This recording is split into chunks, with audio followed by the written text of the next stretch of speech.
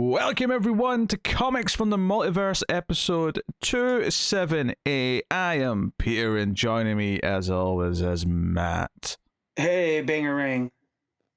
Bangarang? You mean Batarang? No, Bangarang. We've been over this. It's a review says in Hook. It's a good exclamatory word. The fact that you expect me to remember anything that was said in Hook. Hook is fantastic. It might be in my top 10 Spiely movies. I mean, that's not like It's the perfect balance of fun and sentimental. he's got about 30 movies. Most of them since like 2000, early 2000s have been mediocre at best. So top 10's not that much of an achievement, really. I would put it in my top 5 because, as we all know, three of my top movies of all time are all Spielberg movies. So. Well, yeah, but you've already got 3 indie movies, a Jaws, maybe I don't know. A Jurassic Park. Jurassic Park, yeah. I was gonna say, I don't think E.T. makes your top 5, but out of Spielberg, it might be in the 5 spot.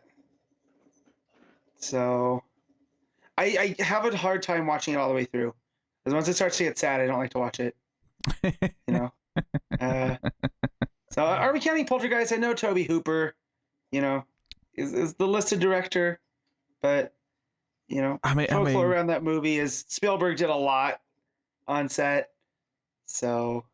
I mean, I'll put it this way: it's overrated either way, so it doesn't really matter that much. I like it. I like it because it was from a time where it was fun to scare kids. Now I feel like a lot of the horror movies are not, bring the whole family. Whereas I felt like in the 80s there was a lot of, scare the kids kind of horror, and I miss that. It's okay to be scared as a kid. Yeah. I mean, Temple of Doom used to scare the hell out of me. I've just never like Poltergeist. People talk fondly of it, and I've just never really felt that much when watching it.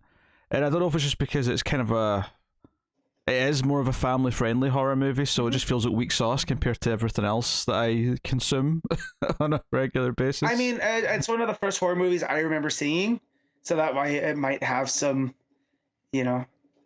scary factors to it still.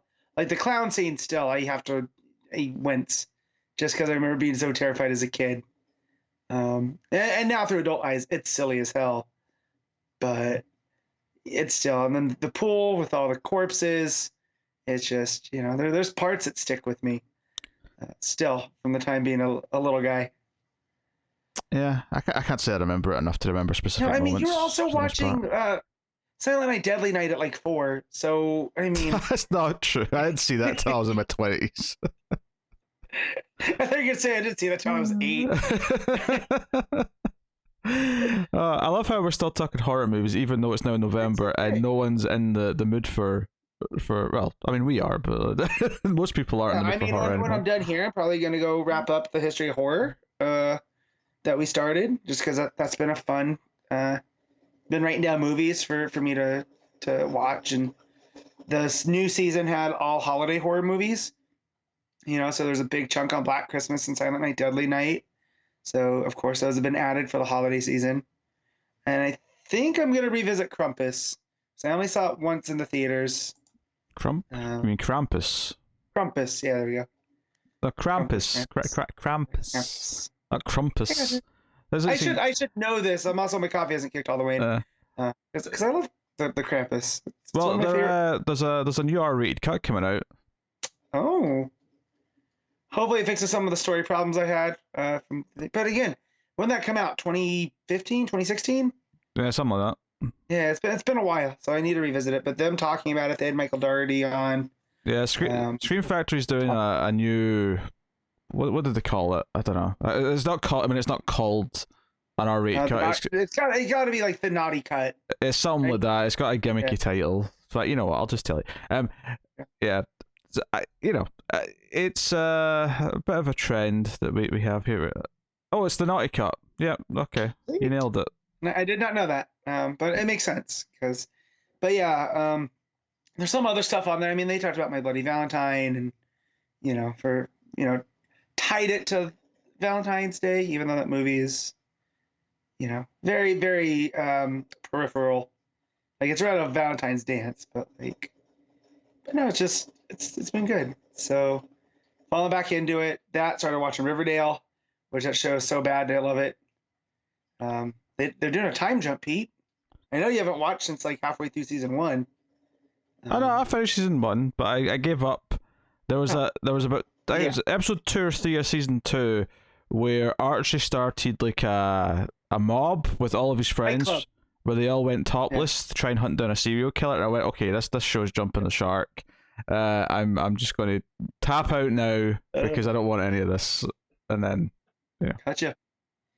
We're full season 5. They just graduated, and I think there's a time jump coming where they're actually the actors are going to be around their actual ages now because they've been in high school for however long. 5 years. Yeah, so that cracks me up. But yeah, it's not good, but it's very watchable. It is the TV equivalent of junk food. So we're gonna get through that. As we record this, my wife's watching You, which her sister got her on. I know nothing about it. I came home, saw the end of an episode, and went, okay, that's not for me. You moved on too quickly, but there was a joke in there somewhere about where's the camera? Why is she watching me? I'm not that interesting. It's also a bit creepy, Matt. Well, believe it or not, this is a DC Comics podcast. We get together, we've read a bunch of the comic books, and we talk about them every week. Coming up on this week's show, we have Dark Knights of Steel issue 1, Batman 116, The Swamp Thing issue 9, Arkham City, The Order of the New World. Or sorry, just Order of the World, sorry, not the New World. I just added that in for no reason. Really get the conspiracy theorists going there, Pete. Yeah. Superman, The Authority Special issue 1, Matt read that. A Human Target issue 1, of course, started the big new Tom King book. And I do owe Animal Man, and I was going to read it for today, but there was a bit of a blunder with the scheduling this week because the clocks in the UK changed last weekend, and they're not changing in the US until tonight. So Matt was ready to go an hour earlier than I was because I thought, because we're actually early for me right now versus normal.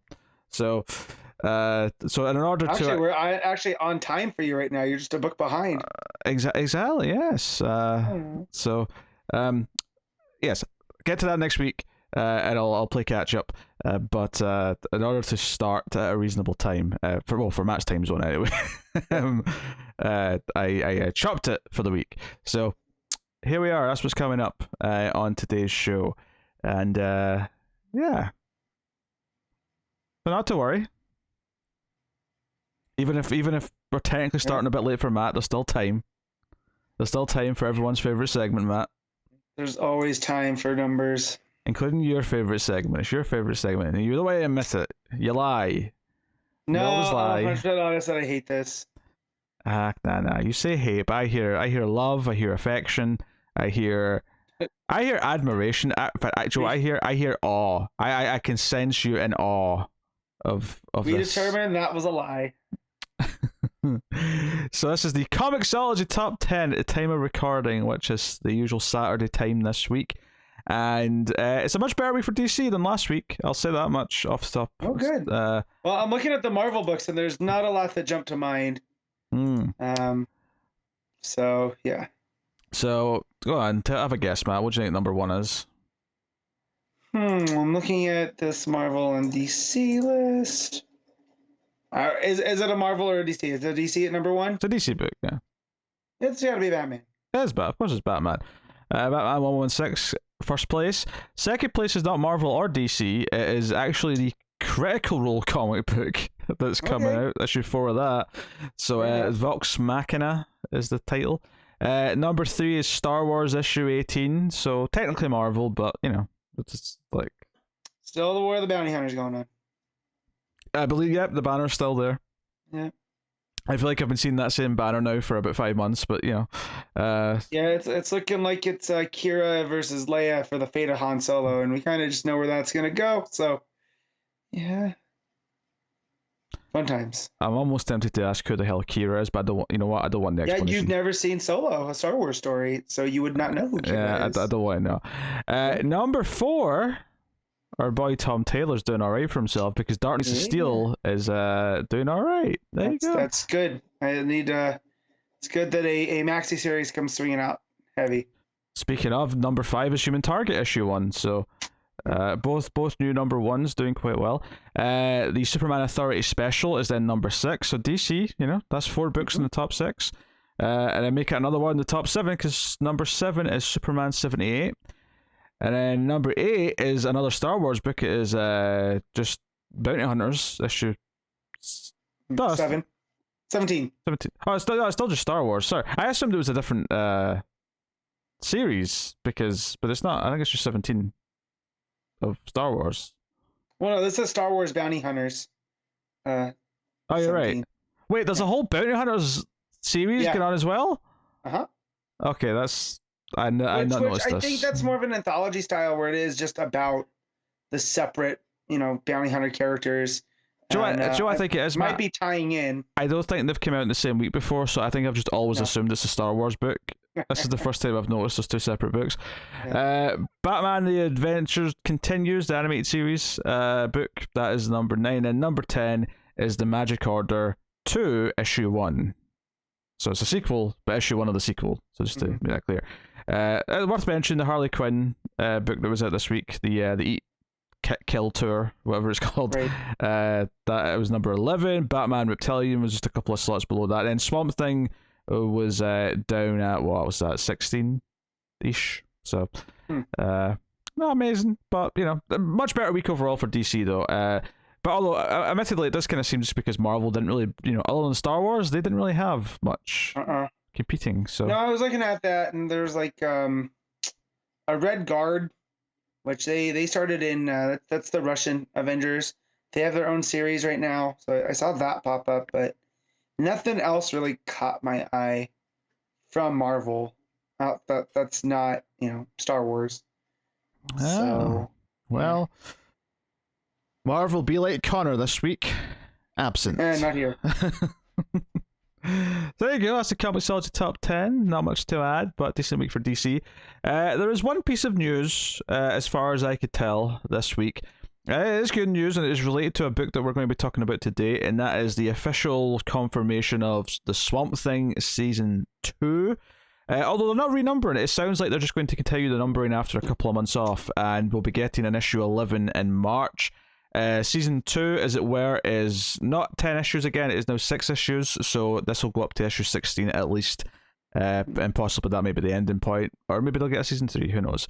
But yeah, that's a nice deluxe trade when it's all said and done. I mean, 16 issues? Given today's issue and what we're just kind of really getting to, it does kind of feel like, yeah, I mean, this 6 issues could end the story, but it does need that extra story of like, oh, here's the actual resolution to all of this. Yeah. So I mean, I think they were banking on getting at least a little bit more, just based on where the story is in issue 9. Yeah, and if it's just the 6 issues, cool. I mean, but if not, I mean, I'm always ready for more Ram V. So yet to disappoint. Yep. So that's good news. It's good news. Can't really argue. Stargirl season 2 ended this week, Matt. I gotta get caught up. Once we're done with Riverdale, I'll pivot to Stargirl. I mean, have you watched the NS season 2? No. I just got to the Halloween episode of season 1. So yeah, I had started it when I was at home, in quarantine, and then I was like, why am I watching Stargirl when I could be watching horror movies right now? It's October, so I pivoted there. But funnily enough, it was the Halloween episode during October, which I am enjoying it. Me not watching it has nothing to do with not enjoying. I particularly like Luke Wilson. And I started up the Stargirl original mini, Stars and Stripes, again, and helps that Johns is the one that's adapting it. This definitely feels like a better version, the TV show, than what I'm reading. It's very dated. Have you read that, the Stars and Stripes, Pete? Stars and Stripe? No, I've not. Yeah. I've not read that. Gotcha. Yeah, it's very, very much of the late 90s. Young Justice shows up at one point. There's some weird alien, which I don't know if the TV show is more leaning towards the Justice Society, not so much these aliens in Blue Valley. But yeah, that's the last thing I read. So, but yeah, I'll get to it. I am enjoying. Yeah, no, I had a lot of good highs. I would say season 2 overall is not as good as season 1, but there's definitely some peaks in there that are worth getting to, and a lot of Okay. DC stuff that you'll be happy to see pop up. I am so like right now I'm seeing the Justice Society stuff, and so seeing how they play in with Doc Midnight and Wildcat and all of that stuff is a lot of fun. So that's just, and it doesn't feel like it's just doing the, oh hey look, we have Wildcat's mask. It's actually they're doing stuff with the character development with these younger, which really feels like that when they split the Justice Society.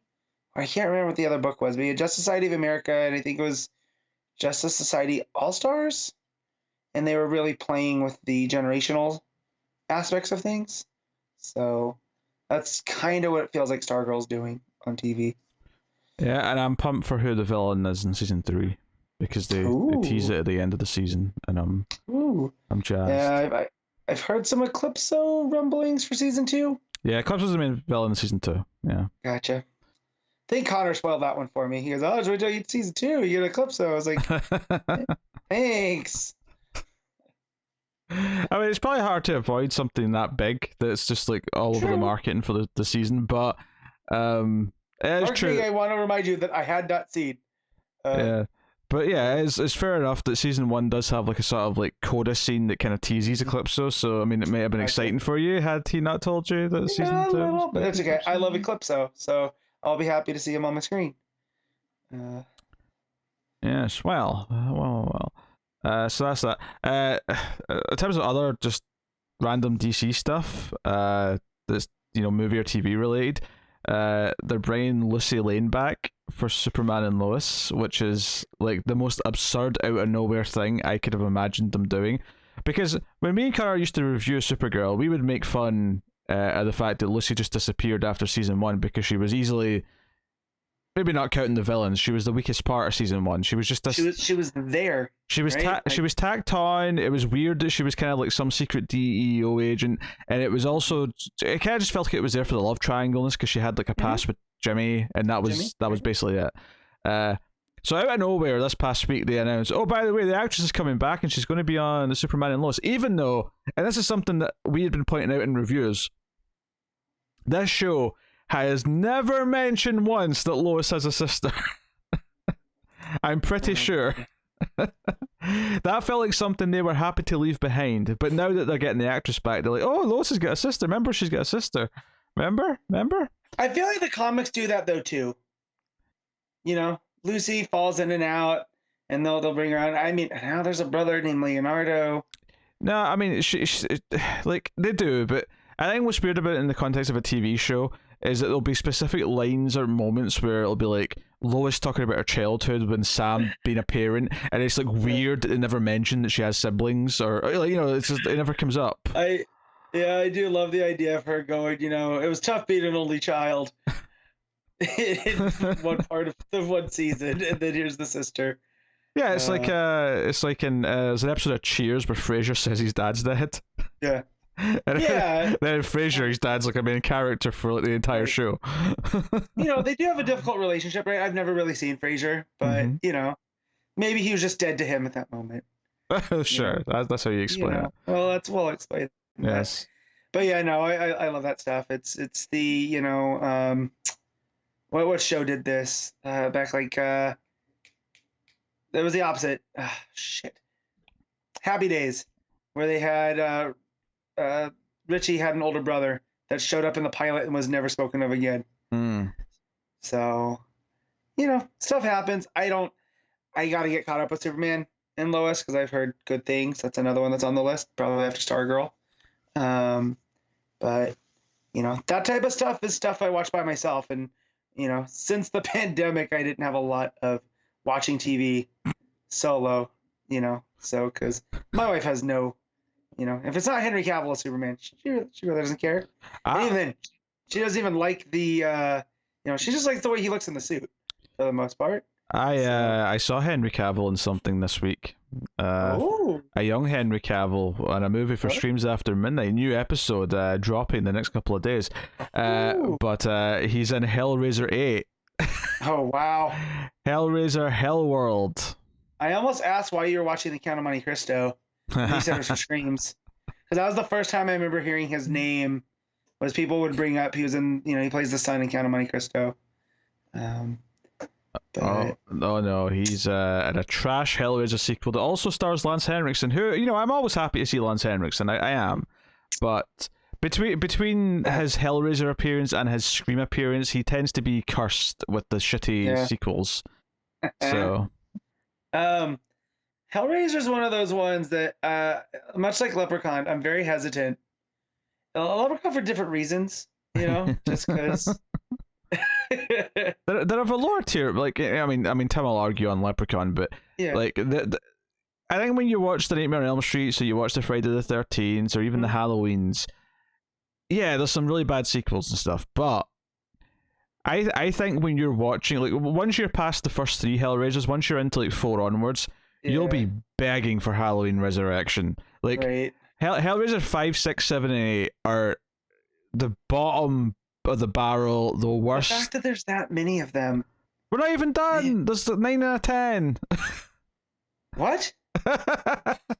And I know they're doing the reboot. There's a reboot coming. That's gonna be an actual reboot, right? Like.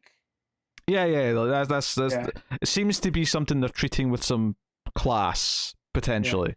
Well, isn't that the same creatives that did? What did they just do? Shoot, they just did one that kind of underwhelmed me. Check. I don't know. Goyer's like producing it, so I mean. That'll be nice and bright. I know you don't need that with Hellraiser, but. I mean, Hellraiser's supposed to be pretty dark and like sadistic and whatnot, so at least it'll maybe fit the premise a little bit. Oh my god, they were making up until 2018. Yeah, the newest one was 2018. Although the one we just watched was the last one that Doug Bradley played Pinhead as a different person from the last 2. But yeah. Oh no, this wasn't. This was a. He's one of the guys that did VHS. He's from that horror collective. The guy that's directing. So. So it wasn't anything that I had watched. But they keep churning them out. Same with Children of the Corn. You'd be shocked how many there is of those, and then. There's like apparently a remake that they just made in New Zealand or something that's coming out soon. I always thought so. I had never seen Children of the Corn until last year, and it's fairly creepy. I feel like you could make a nice creepy rendition of it now. I don't know if it's necessary, but I feel like the horror tone's there. But it wasn't. I mean, that Children of the Corn wasn't bad. I would never watch another one. Like, I don't see the point, but. Well, we're not done with the streams yet, but at some point we will, and I will suffer through Children of the Corn 666, Isaac's Return. Anytime I see the ginger character, I think of Connor. There's a character in The Burbs who looks a lot like Connor. Yeah, I think you tweeted that out. Connor, any relation? Doesn't have the shaggier hair, but it does have the chin curtain. And he's meant to be like one of the weirdo neighbors who's making everyone think there's a serial killer on the street. I haven't watched The Burbs in years, but I remember watching it years ago, and it had always escaped me, and I loved it. I love Joe Dante. What happened to that Joe Dante? What's he been up to? I got old. So. No, I know, but last movie I saw was the one with Anton Yelchin and Alexandra Daddario with the girlfriend. I think it's called what was it called? The Hole? No, it wasn't The Hole. It was more of a horror comedy where he kind of gets pressured into getting engaged to his girlfriend, and then she gets like hit by a bus. She wasn't at Aubrey Plaza? No, that was a different one. Let me find it. Maybe I'm mixing up 2 movies, yeah. Yeah, I think you are. They're very similar, though. Yeah, I'm thinking of Life After Beth. That was the Aubrey Plaza one. Yeah, this was Burying the Ex. There you go. Yes. Anton Yelchin, Ashley Greene, and Alexandra Daddario.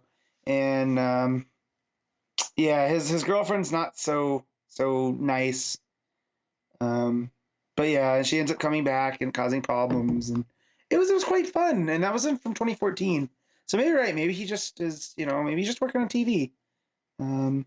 Well, he's just enjoying his Twilight. I mean, dude was making movies back in the 70s. Like, he's... Yeah. Oh, man, did I miss that episode? He did an episode of Legends of Tomorrow.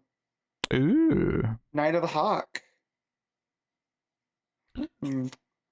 But yeah. Fun. I know I'm a Joe Dante fan. I love the guys, but I'm not saying these newer stuff bizarrely, but everything from 70s, 80s, 90s Joe Dante, I'm all about. Yeah, I mean, Gremlins, Explorers, Inner Space, The Burbs, Gremlins 2, Matinee, which I remember watching as a kid and being like, this movie's weird. I haven't seen Matinee, but next is Small Soldiers, which I love. I had all those dig. toys. That was like the last time. So that was 98. So I was about 13. I was trying to talk my dad into be like, yeah, no, I need these toys. He's like, you're 13. You don't need those dolls. They're not dolls, they're action figures. You know, that whole thing. I remember that. But yeah. I think out of all of his, The Howling is the one that I have not seen, which I need to. I'm not super hot in it. It's okay. It's like a perfectly.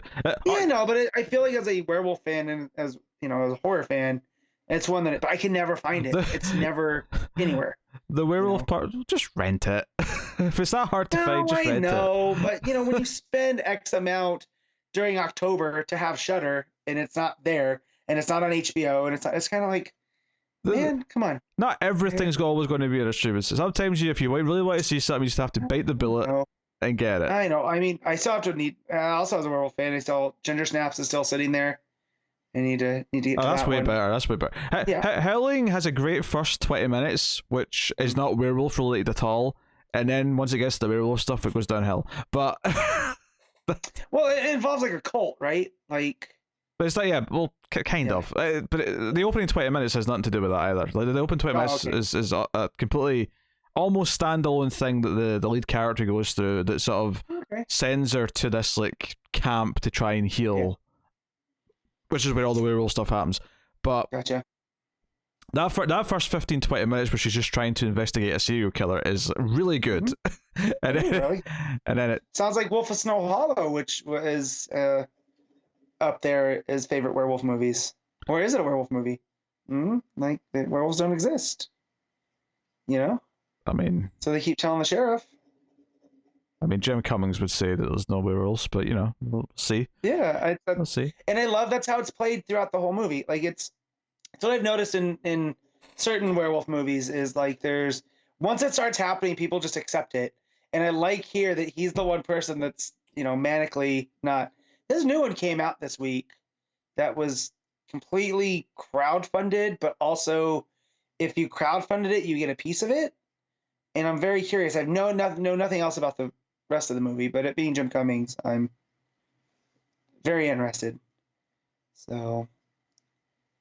Yes, I've seen these two movies, and I'm excited for whatever he does next. Thunder Road also worth checking out. He's basically playing the same character. It's just a different plot. I feel like though the Wolf of Snow Hollow, he is a lot more unhinged than in Thunder Road. I mean, he's pretty unhinged in both, but maybe because I saw that first. I don't know. Yeah, I mean, the opening of Thunder Road is just him giving a eulogy, but it's like the most weirdly funny, awkward eulogy possible. And I think it turned out actually that eulogy on its own was a short film that he then expanded into a full thing. A movie. Yeah. So, very cool. Beta. This is a new one. All right, well, we got DC Comics to talk about, believe it or not. So, people, if you hate the movie talk and stuff, timestamps are available at your disposal should you wish to skip this nonsense. I understand completely. Although you should take movie advice from me, because it's very good. There's been a lot of Halloween Kills talk, and the more he kills, the more he ascends. Same with Pete. The more he talks, the more he ascends. So it's all just a play. You guys are playing into it. That the more you listen to him talk, the more power he gets. It's like the Lawnmower Man. Actually, I've never seen that movie, so I don't know if it's like that at all. But I'm doing stuff with the internet. Yeah, I haven't seen it, but it's on the to-do list. I'm sure it'll be an Ace episode at some point or other. Yeah. All right, DC Comics for the week. Dark Knights of Steel issue 1, Tom Taylor writing with Yasmine Putri on the art. Where is my tabular device? Here it is. so I can look at the comic as we talk about it. Yeah, there you go. Yeah. So this is your Tom Taylor, mini maxi. Yep. 12 It's issues. a maxi set in a world of fantasy, but with superheroes. Well, it's an alternate reality. It's just an alternate take on the DC characters who are all in this world. And the book opens with, familiar stuff, which is, the L's on Krypton. It's about to blow up, and they're sending the rocket off. But the twist is when the rocket arrives, not only is it in, in the past or in a fantasy world or whatever you want to call it, the both of them are in the rocket, and she's not given birth yet. So this is a version where both Jor-El and Lara have landed on Earth. Yeah. And Clark's born on this planet. So I don't want to call it Earth, but for lack of a better. I mean, Earth, just because I don't know what else to call it. Yeah. Yeah, right. And he's born there with them, and that's I remember turning that page and going, oh, they're all there. That's cool. That's a nice. Because how many alternate reality tales have we seen where the ship makes it with baby Kal-El, right? But everything else is the same until it lands somewhere new, right? Like Russia. Yeah, Russia. Or I remember there's one, I haven't read it, but it's Tarzan but with Superman. So it lands in the jungles, and he's raised by apes. So seeing the whole family this time was a nice touch. Yeah, I mean, the opening's pretty exciting. A bunch of knights storm up on horses, thinking that these people are demons because they fell from the sky, because superstition and all that. And Jor-El's trying to hold them back, and without really meaning to, because he doesn't know what his powers are, they've just landed. He just blasts them with heat vision, and that full page spread of just like all the burned grass and the charred remains and a couple of helmets, as they're embracing it, the little ship holding their baby who's just popped out. Because that's how you describe a birth, right? They just pop out. Yeah, they just pop out. Just pop out. Being in their hair. Just a little plop. Yep. Little plop. And before we jump ahead, though, to what I'll call present day, relative. Yeah. We do get like a glimpse that Jefferson, as in Black Lightning, is already like a king in this world. And there's a drunk Constantine who is blubbering prophecies about demons coming. Not just a drunk Constantine. He's a early teens. Yes. At best, Constantine. Yeah, so they've got like a prophet noting down everything he says because it seems like it might be important. So it just sets up that he's going to be possibly an antagonist, and then it skips 19 years later where we meet, 19-year-old Superman, basically. But Bruce Wayne's there, and it sort of reveals throughout the book what Bruce's like version of is in this. Yeah, so we get an Alfred, right? That's kind of, this older guy that is his, not a chaperone, but he's, his assistant, right? And then we also see Robbins, and he's got like this little group of kids that assist him on his mission. And I was like, this is all fun Bat Mythos stuff. And he's like this Black Knight. His armor has the ears on it, and he's very much Bruce Wayne still. Like, and I'm like, oh, so what happened? I mean, we've seen the Superman origin. So how different is Bruce's origin here? Like, was there still like a robbery that went wrong with these nobles or whatever? But he's, basically Batman for all intents and purposes, but, with a suit of armor and a horse instead of a Batmobile. Yeah, and he's got Robins who are working with him, but his job seems to be protecting the Superman family. He's there to protect the L's from their one weakness, which is not kryptonite. I mean, that doesn't necessarily mean that kryptonite isn't going to pop up later. No. Because it might, but at least as of right now, they only seem to know that their weakness is magic, and not just magic, possibly just other superpowers in general. Yeah, that's what I was gonna say. That magic here seems to be defined as other superpowers, because we meet the Banshee, and I don't want to spoil who that is just yet, but that person might have a superpower versus magic powers. Normally. I mean. As it goes, because it's okay. So Batman's protecting, and they don't call him Batman, obviously. They just call him Bruce Wayne. No. But like he's protecting the elves. Jor-El seems to have a lot of respect for him. Even says Bruce should be the one sitting on the throne, not Cal. Bruce should be sitting on the throne, and that raises some interesting questions. Which to me, that said that Cal's a little bit too much of the people, right? He's a little bit too caring, which is kind of Superman, and that Bruce is the one that he can make the tough decisions when that time comes, and that's the vibe I was getting there, and I was like, that's kind of in line with Jor-El, the whole man of science kind of deal. And that's also what I get from their kingdom. It's very, not so much science, but logic. And everything seems to be, medieval versus fantasy, whereas we saw with Black Lightning, that kingdom seems to be more of the, magic superpowers. Like he's leading it and he has the, lightning surrounding him and stuff. And almost as if when the elves had showed up with their superpowers, that kind of disrupted whatever they had going on. And yeah, no, just everything from these few short pages in, you're just getting, feels like a very tactile world. Like King and Putri have done a great job.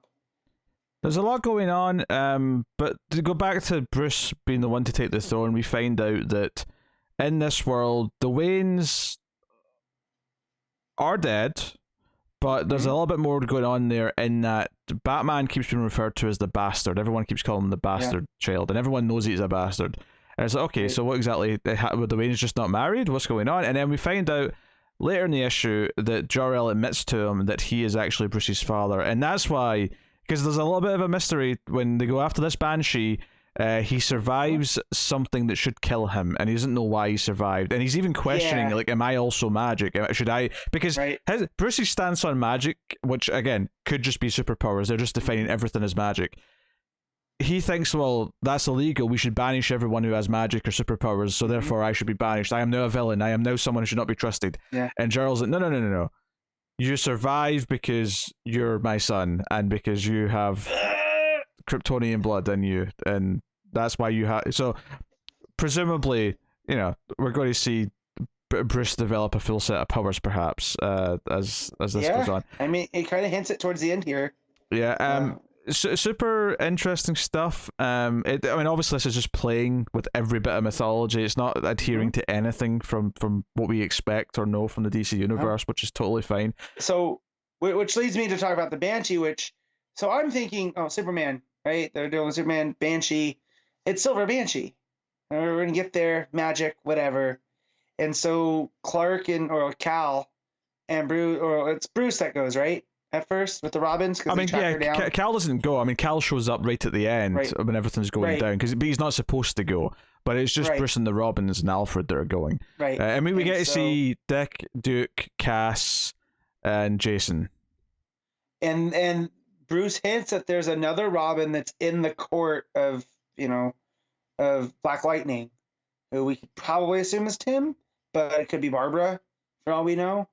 Maybe Cass. Cool. I know Cass is technically not a Robin, but it feels like all of them are considered Robins in this. Mm-hmm. I feel like any of the younger partners are classified as a Robin here, which is cool. And I like the one that was in the bar with the Banshee was Jason, right? Yeah. Yeah, that's the one that locates. So that's kind of fun with that. And so it would not be a Tom Taylor book, right? Without an appearance by Black Canary, who ends up, that's who the Banshee is. And I felt like, not like a fool, but like, he got me.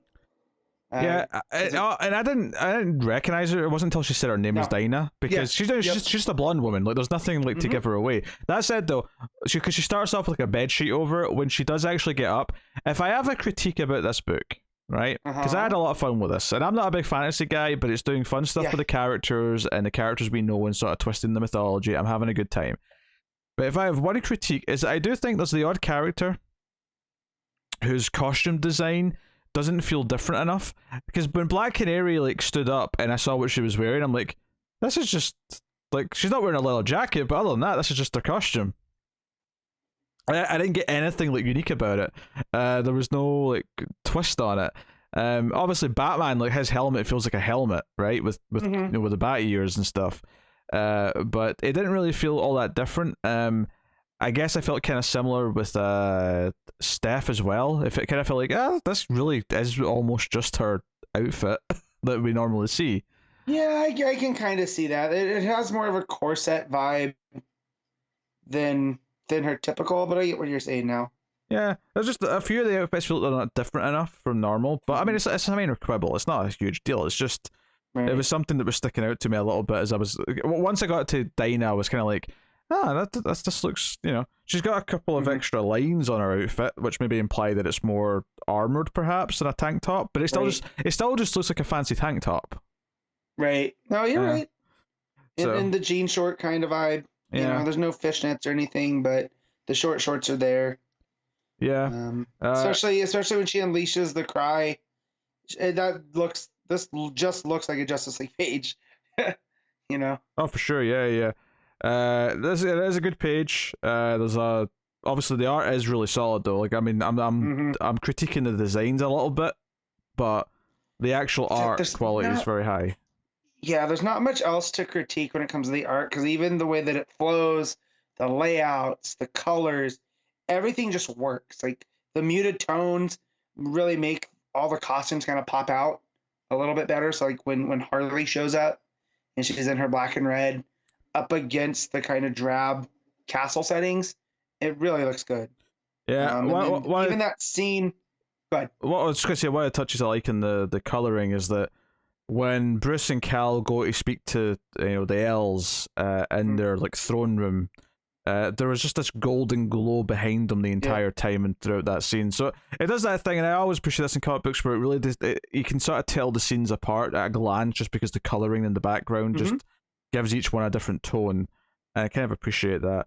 And then likewise, when Jor-El goes up to speak to Bruce on the roof of the castle, everything goes blue because there's lightning, which has got a bit of a double meaning because we also know that lightning is representative of Jefferson, right? And I'm not saying that this lightning strike is Jefferson. I'm just saying it's like a foreshadowing, like Jefferson's out there. He's kind of our villain, Right. It says the lightning strikes after Bruce says, "I believe I'm cursed," and from what we've seen with how they feel about magic and whatnot, and how that's tied to Jefferson, it is a thematic motif.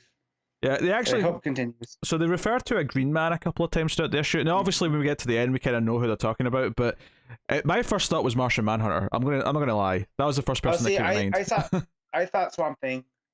Yeah, because we were both wrong. There is a concept in European folklore of a green man that is very much. I'm wondering how much Alan Moore borrowed from for Swamp Thing, because there's just so much how they represent the forest and the trees and all that type of stuff. That's what I was thinking. But again, staring us kind of in the face. Yeah. We actually technically we get multiple people who could be considered green men in a way. But we go to the forest and Green Arrow's like on a branch in a tree, and he's not the Green Man. The Green Man's a Green Lantern. Now we don't get to see exactly which one. In the way they talk about the magic of the ring, like the glove looks more like a Silver Age Green Lantern, but at the same time, if it's more magic based, it's like, well, that sounds more like an Alan Scott ring. Could be. I thought maybe Sinestro. Yeah. Because keeping him in the shadow, we wouldn't know, and he was a Green Lantern, right? So yeah. I mean, they're intentionally obscuring it so we don't know which one it is, but basically, the Green Lantern, whoever it may be, engulfs the arrow that Oliver's going to fire with Green Lantern magic or energy, and so this arrow will pierce an L. So sure enough, the book ends with Jor-El getting a green arrow to the eye. And like you said, there's a tease at the end with Bruce's heat vision seemingly about to kick in, with the full lightning strike behind him. So it really feels like everything's like really starting to like kick off, and there's this is the first shot across the bow, as it were. I had fun with a lot of this. It's one of these weird things where if you told me before I'd read this, like, the premise of this book is that Clark and Bruce are going to be half brothers, and like Jor-El got it on with Martha at some point, and like it probably would sound quite bad. Like, if you just told me some of the concept of this, it would probably sound kind of shit. Yeah, and we're gonna have kind of like a superhero war, right? Like so far we haven't met any proper villains. It doesn't seem like, there's a Lex Luthor or a Joker or anything like that. I bet we see some at some point. There'll be a reason. Oh yeah, but I'm talking just early on, and you're just like, oh, Jor-El is a king, and Bruce is his bastard son, and Jefferson Pierce is the king of a rival kingdom. That you're just like, what? That's crazy. But then the way that it all plays out, it's just fantastic. I mean, I don't think it's a stretch to say that one of the big themes of this is going to be prejudice and superstitions and all that kind of thing. Like, this idea of anyone who has a superpower being instantly outlawed is very X-Men-y, and I'd be very curious. It's very hypocritical as well, given that your rulers have more superpowers than anyone else. And that's why it's to preserve the status quo. Oh, right? Of course. Well, I mean, they kind of explain it. Jor-El explains it in the book as he lost his planet, so he's so determined to keep his family safe that he's ruling with a relative iron fist. And I think what's interesting about this issue is that it kind of does a balancing act where there's points where I'm like, oh, the elves look straight up villains, they're the evil rulers that are going to have to be taken down, where I'm going to be rooting for, like, Black Canaries and characters like that to take them down.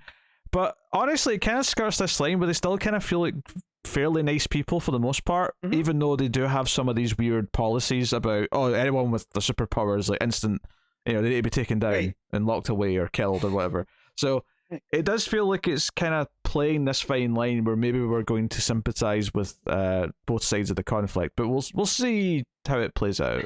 Knowing Tom Taylor, though, I feel like it's going to be like, hey, ruling classes suck. The only way to be free is to govern yourself, and maybe that's the whole point. I don't know. Maybe all the Regals have to go. If Bruce goes, angry with his powers, right, and it's just that have just kicked in, this might be the first time they've done evil Superman but he's actually Batman. And that's where this is actually a backdoor to a dark multiverse, and this is the darkest of nights. What he's actually we already have the darkest night. What Taylor's actually doing here is just doing another spin on Injustice. This is Injustice, like Batman, though. Yeah. 2.0. Well, that's what they actually called the second series, Injustice. So don't call it that, but you know what I mean. But yeah. So we see Harley as the jester, and her interaction with Bruce is amusing. So. No, this flowed really well. It read super quick, and I felt like it was introducing me to a lot of ideas in a very nicely paced out way that didn't feel overwhelming. And I feel like I understand this world so far, and I'm in. So I think the fact that it's fantasy, but because it's like no, it's really just the superpowers that we're used to that are being considered as magic by and large, and how they're reacting to this as like, oh, you must be, witches and whatnot because you have powers. Is quite interesting to me. So, no, good. What are you rating Dark Knights of Steel issue 1, Matt? I'm gonna give this a 9. I thought it was really strong. So. Oh, I don't know if I can go quite that high. You're a bit trigger happy with the 9s. It's got Tom Taylor and fantastic art. What else am I supposed to do? I know. I am going to go with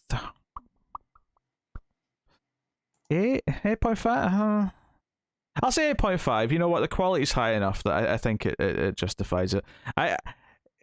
It's funny because the premise at face value shouldn't really work for me, but so far it is, because it's... Yeah, to be honest, I was a little bit worried just because I know how you are with fantasy stuff. But once it started doing certain things, I was like, oh, he might end up liking this. But yeah, so you being that positive actually is more surprising. It's because it's just playing upon like these characters and who they are through a lens. I mean, if it starts relying on like digging into other mythology or lore, then I might drop out fast. But as of right now, I have no reason to not like kind of enjoy what it's doing. And it does stuff where, of course, Canary's on there, and she's probably together with Green Arrow, and of course they're the ones that are siding against the, oppressors, if you will. That's kind of what Green Arrow does. So, of course he's okay with taking out the L's. So, but yeah, no, it's really good, man. Tom Taylor can just keep going. Yeah. All right. Batman 116, James Tynion the fourth, and Jorge Jiminez on art. Thankfully, back completely on art. Whole art. So this issue, Peacemaker 1, of course, is a big factor in here, as is Ivy. Yep. Ghostmaker starts the issue by taking down a bunch of the drones and the soldiers that are in the garden. My new partnership with Batman says he can't kill anybody, but he didn't say anything about robots. I thought that was fun. I think that might be the most I'd like Ghostmaker. Sure, yeah. Queen Ivy is getting pissed and is like, I'm going to take down this whole city, which is not exactly what everyone wants. But Batman and Miracle Molly are racing towards the device, which leads them very quickly into Scarecrow. And it turns out that Scarecrow can still manipulate the tech. Because there's Mad Hatter tech in all of the Insanity Collective, he basically starts making Miracle Molly freak out, and she's in extreme pain and feeling fear. While he's also juicing up Peacekeeper 1, and Batman, goes after Scarecrow, does what he can. He's trying to get the device back so that he will stop hurting Miracle Molly. But then Peacekeeper 1 gets up and shoots Scarecrow. And obviously he's not dead, like he's going to be fine. But but still, I just love it. He gets up like RoboCop. He does. He's like, the corner of his armor's all removed from injuries, but he's like, hey, I am even more supercharged than I've ever been before. Simon's saying, his ego was too much. I am the real power that's going to save this city.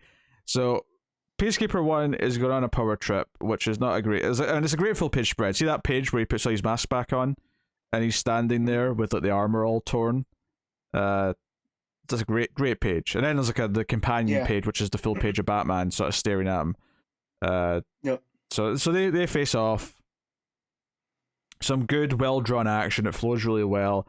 Miracle Molly's tinkering with things, trying to deal with the device. If I have a critique for the art, is that during this fight, Peacekeeper 1 sort of goes for Batman. It does that thing where the blade lands between Batman's legs.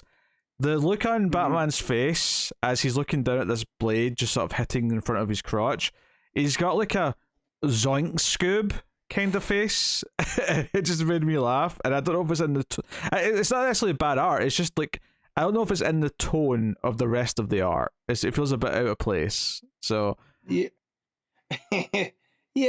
I mean, mild critique. Now that I'm looking at it again, it's zonk Scoob. Zoinks! Yikes! He almost got my little bat weenie. Selena's gonna need that later. Oh dear. So I think Molly sets. No, Batman's Batarang set off some explosives in his shoulder. So we cut back to Ivy. And the end of the issue is that Harley's showing up to try and save the day and says, maybe you'll talk to me, or should I say yourself? And she's brought the Ivy from Catwoman with her. So it looks like we're finally going to get the merging. In fact, it says to be concluded in 2 weeks, so there's only one issue left, so it has to be next issue. Yeah. I do like this version of Queen Ivy because it gets her to be kind of villainous again, but you kind of understand where she's coming from. Also, I might have done some research on the name of Queen Ivy, and Queen Ivy is a real plant, and it really does well in darkness, which I think that's a nice, a little nice throw in by Tynion here on the writing, is that she was kind of left in darkness to flourish, and this is the Ivy we got there, and kind of the one that was experiencing things that was to balance her out. I do like. But yeah, it's the whole stuff with Scarecrow. I do love that he's been built up to be this big scary guy, and Batman just knocks off his, he throws a battering and knocks off his mask like it's nothing. I kind of do love that counter. It demystifies him immediately at the right point in the story where you want to feel that win. Yeah. The issue is pretty solid. It was a lot of it's the action scene, a lot of it's Batman confronting Scarecrow and Peacekeeper 1. But it's very well drawn by and large and flows really well. It's it does make me wonder what exactly we've got left in this last issue and how much Simon Saint's going to play into it and how much, like, you know, because as well we do have to fix this Ivy stuff and we do have to have the resolution to that. I also don't see it taking up like too much of the issue because we do have to actually finish all of the general plot, like everything Scarecrow's done, everything with like framing the Insanity Collective. We kind of have to wrap up all that next issue. So, and it's not oversized, right?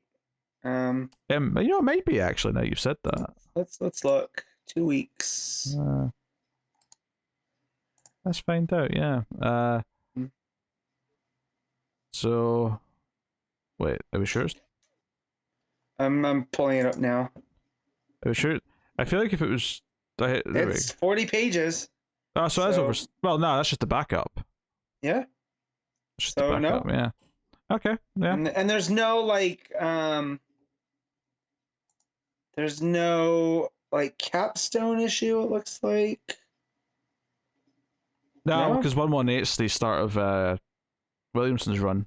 Yeah. So. Well, what I meant by capstone is like, you know how, you know, they would do the Alpha and Omega kind of issues. Oh no, there is. They announced one. They definitely announced one. Okay. So also the Gardener #1 is out that week.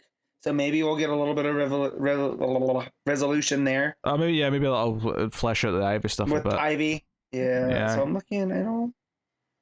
Well, it would be Fear Street. There was a Fear Street Alpha, but maybe there's not an Omega. No, there also was. Catwoman has Ivy on the cover. I'm pretty sure they announced something. Like maybe I'm imagining this, but yeah, I'm fairly certain they announced something. Yeah, there's also, it looks like there's going to be some resolution in Catwoman as well. So maybe they'll leave that to those guys who's doing Tynion's doing the Gardener. So, but that seems to be more on her character. But yeah, I don't know. Let's see. Yeah, I'm not seeing any other fear. Maybe not. Maybe I'm imagining this, but I felt like there was something. But oh well. Oh well. Either way, we're invested to see how this ends, and I feel like it will wrap up pretty cleanly. You know, Tynion's pretty decent at that, I feel. Yeah, I've had a really good time with his run. I will say I think the build to Fear State was maybe a little more exciting than Fear State itself. Mm-hmm. So maybe that's a minor quibble to throw at it, but yeah. It's been a lot of solid stuff though. It's been a really fun book. If anything, the only fault really it's not its own fault is the fact that Detective I think has been a better book. Just consistency across the board. Yeah. With that one, these have been kind of up and down. You know, the art shifts and story kind of. You know, there's a lot. He had a lot of. Tynion worked in a lot of moving parts here, and maybe too many. Yeah, whereas, I genuinely like the influence it's had on the rest of the Bat books, though, which is the way it's set up a lot of these, like, you know, Oracle being back in play and the Batgirls and everything else. And we're about to talk about them in a second anyway because of the backup. But, you know, it's done a lot of really good stuff. So I'll be very curious to see how it wraps up with its next issue. What are you giving the main story, Matt? I'm going to give this one an 8. And I mean, that some of that's on Jiminez. With the art, and it looks good. But yeah. I mean, it should always be partly on the artist. I mean, no, I know, but it's like those action sequences with him are really good. I feel like Peacekeeper 1 feels like a proper monster at this point. Like once he puts that mask on, you know, it's a little reminiscent of, you know, Jason here, where he's not going to stop till he's done. Comparing him to Jason Voorhees, that's a take. Yeah. All right. I will say probably 8 as well, I think. Yeah. Oh, maybe 7.5. Maybe 7.5. Anyway, back up though, which is the second part of this Batgirl's sort of prologue story, which is Steph and Cass in the clock tower with the magistrate coming for them and unleashing all kinds of hell on them. So, I mean, a lot of it's quite simple. It's Steph and Cass surviving, trying to figure out where Babs is, escaping all the chaos. There's a big page of them like jumping from the explosion, which I mean, you knew the explosion was coming because we'd seen it teased before. Mm-hmm. And it's also sets up this reporter who's talking about everything going on and the conspiracies. The main plot beat of it is that the media is now trying to treat the Batgirls like they're terrorists. They're calling the clock tower a terrorist base, and they're a terrorist cell, and they're like pissed about being treated this way. And obviously they've made Cass look like a murderer. And I think the voices are still quite good. Steph is like a bit of a motor mouth, Cass only chiming in when need be. And the final beat of it, which is they're in street clothes, they're trying to like blend in, and Steph is kind of freaking out, and it's just really nice that Cass like just hugs her and says, "We're Batgirls always," and she says "flipping Batgirls," which is something that Steph said earlier. Mm-hmm. She called them "flipping Batgirls." So I like the idea of like some of Steph's language is going to rub off in Cass. I love their friendship. Like I love that that's been consistent throughout this new version of Batman. Does it tie back to? Doesn't really tie back to Tynion's detective, but I would say since then, these two have been partnered together a lot, and I think they complement each other well. Like you said, with Steph being more of a motor mouth, and then Cass doesn't talk too much. They balance each other out, and it's just it's nice. Yeah, I mean, there's not much story progression. Of course, there's not a lot of pages to do it in. Mainly, them being portrayed as terrorists is kind of the one big thing to come out of it, other than just like the clock tower exploding, I guess. Right. But we kind of got some hints on who the anti-Oracle is. I forget the name. Seer, I think. Seer. Yeah. Yeah. We kind of see their hands working behind a keyboard here. It did look like a woman, just based on the art. It does. Yeah. So we'll see how that goes. But yeah, it's good. I mean, kind of ties into Nightwing a little bit more because you had those questions last time. Maybe it's the Batgirl who laughs. Let's not do that. Don't make it Doyle Dent. Don't make it Doyle Dent or the Batgirl who laughs or any of that type of shenanigans. Make it be a new character, please. Unless it's a calculator. If it's a new calculator, cool. I'm down with that. I always like the idea of the calculator being the anti-Oracle for the villains. They're the ones that are dishing out the info for them. But yeah. Yeah, no, fun time. Still excited for the Batgirls book, so that's good. Yeah. What are you rating it, Matt? I'll give this a 7.5. Yeah, but it's weird because there's not much story to judge it on, so there's less to say. So and the art's good. I'm gonna give it as an 8, but I want to make it clear it's an 8 as a backup, not like it would. Yes. If this was the full story, it would not get an 8, but as a backup, this 8 pages or whatever, it gets an 8. So, yes. All right. The Swamp Thing issue 9, Ram V writing with Mike Perkins on the art. The penultimate issue of season 1. But as we said earlier, there's going to be a season 2 starting in March.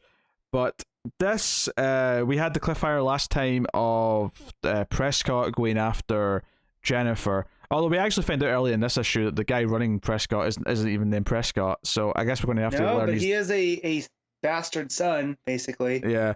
But we're probably going to have to learn the asshole's name now that I can't just call him Prescott all the time. Yeah. But yeah, he's got Jennifer, and he's got the remains of an old Swamp Thing corpse. Which we get the backstory of later in the issue. But basically, all of their technology that they've ever made in the last century has all come from researching avatars in the green. Not even just avatars, just this one avatar from the green has given them access to all of their developments, all their technology. I do really dig the cliffhanger here at the end of the scene where he's like, "Hey, you've got questions, don't you?" And she's like, "Yeah, whose body is that?" And he just kind of gives this evil smile. The art is so good. Yeah, getting that cliffhanger Perkins, over. So with all the shadows and whatnot, and here it's not overly shadowy, but because the character is just that smirk, it's so greasy and grimy. Like it fits so well. Like Perkins he does that sinister vibe real well. Yeah, and you feel this sadness of Levi coming home and or going to her place rather and finding it ransacked and finding it empty, and clearly she's in danger. I love that he sees what happens by asking the plant for to tell the story, and we sort of see it in the art in the leaves of the plant. So then he gets angry, and he actually, I'll say it, he hulks out intentionally because he's got someone to save. He has a purpose, as he puts it. So it's definitely, this transformation feels different to every other one that we've had in the book so far. This does feel like a call to action as opposed to he's in control of this one more, right? Like, this is Levi turning into the Swamp Thing, not the Green using Levi, right? Yeah, this is him using the power by choice, and it does this great thing later on as well, because the villain's explaining to Jennifer the backstory about this explorer who was wanting to steal stuff from the forest in India but found the remains of this avatar. And he explains the avatars, he explains the conduits. Levi's the newest one, but there's been tons before. And as he's explaining all this, at the very end of the scene, where he's saying, "Hey, we'll give you a lab, and you can work on Levi and help him, and we get all this technology from whatever data you get from him. It's a win-win." And she's like, "You don't really want to help him, though. You just want his data." And it's right at the end of this scene where the art turns red and the alarm starts going off, and you're thinking, "Oh, Levi's here. We know he's coming." Right. We know he's here to wreck things and get his girlfriend back, get Jennifer back. Yeah, we know he's coming after us, so all the scenes now inside the lab are all bathed in red, and we've got his guards are outside, but then when we see who's coming, it's actually his brother. Jacob, yeah. With these big antlers. And it's like, oh shit. So we get a big 2-page spread of him wrecking stuff, and then he comes in and he's like, the branches are stabbing soldiers through the arms. It's proper horrific, proper horror movie stuff. And it's only when he comes after Jennifer where Swamp Thing kind of jumps in and blocks it. And we have this little moment where he turns and says Jennifer, and she looks him in the eye and can recognize that it's Levi. She sees Levi's eyes, and he's run. So it's there's this little moment where up until now it's been okay, she kind of helped him, but it was in a dream and she didn't think it was real, and she thinks maybe he's crazy, whatever it may be. But this is no. Here he is in the flesh. He is Swamp Thing. And not only that, we have this arch nemesis now who, and this is, Swamp Thing, Levi says to him when he's fighting him, I'm not just doing this to protect them. I'm we need to take this company down, but we're not going to do it your way. And I'm doing what I'm doing now to protect you. It's like he's trying to save the soul of his brother before his brother does anything that he can't come back from. Yeah, and I do like how they represent two sides of the same coin. Is that not only is Jacob wanting to take out Prescott because they're a bad corporation, but when you learn the history of how Prescott was able to have all the information and that they do by having this husk of an avatar there, and how the founder of Prescott went into India and kind of ransacked it and took this thing, and that's what they built it upon. And as someone from that area, someone that is tied directly to the history there, it's Jacob coming basically almost for revenge on this. And whereas Levi going revenge is great, but we have to do this the right way. Because, as they say, eye for an eye leaves the whole world blind. And of course, this has been a theme of the book is, going to another country and taking something that isn't yours, right? That's been a constant thing throughout the whole story. So this just feels natural that it all bleeds back into that general idea again. And this is pretty much the end of the issue, is them fighting. The other cliffhanger element being that the deep freeze protocol is being initiated with a countdown timer. Now, it's probably just what it sounds like, which is they're going to freeze them. They're going to pump ice or liquid nitrogen or whatever it's going to be into the room, and hopefully but that also, get the samples. If you remember his future state story, that's kind of how the world was left, right? Was in this deep freeze, and that's what led to the Swamp Thing family being able to kind of take over. So I do like that it ties back to that as well, with these little hints here or there. And he Levi also brings up, we're talking to Floronic Man, and how not all avatars are the same, right? It's how they decide to use the powers that kind of defines them more than the powers themselves, which I also like, because you see how the brother here, he's more if Levi is more the traditional Swamp Thing with the mossy green flowering parts, Jacob is all branches, all sharp edges, and I do like how those also complement each other here. So it's just, man, it's great storytelling across the board. Yeah, and the whole thing with Floronic Man telling him, eventually you're going to give into this and just be a monster like me. Like, the whole idea of him trying to save his brother's soul by stopping him from doing this and, doing things the right way, all of it boils back down to, like, not turning into a monster. So, no, we can't just give in into our basic impulses and do what we want or act out of anger and revenge. We have to do things, in a humane way. We have to do things in an honorable way. So the idea that the villain, like the classic Swamp Thing villain of Floronic Man, is the one sort of speaking into his ear going, no, you're going to become a monster like me. The idea that Levi's entire story is fighting against that is really powerful. And it makes sense for the story and everything it's doing. I always say that DC is always looking for their own version of Hulk. I feel like this is the most Hulk-like story DC's put out, unless there's one that I'm just missing. But just the whole inner struggle and, not becoming the monster or fully embracing what that means. If I could remember the name of the book that came out with Sideways and all those other books that was the Hulk one, I would bring that up, but I don't remember it, so I can't. Yeah, that wasn't good, right? Like, was it Rampage? No, it wasn't Rampage.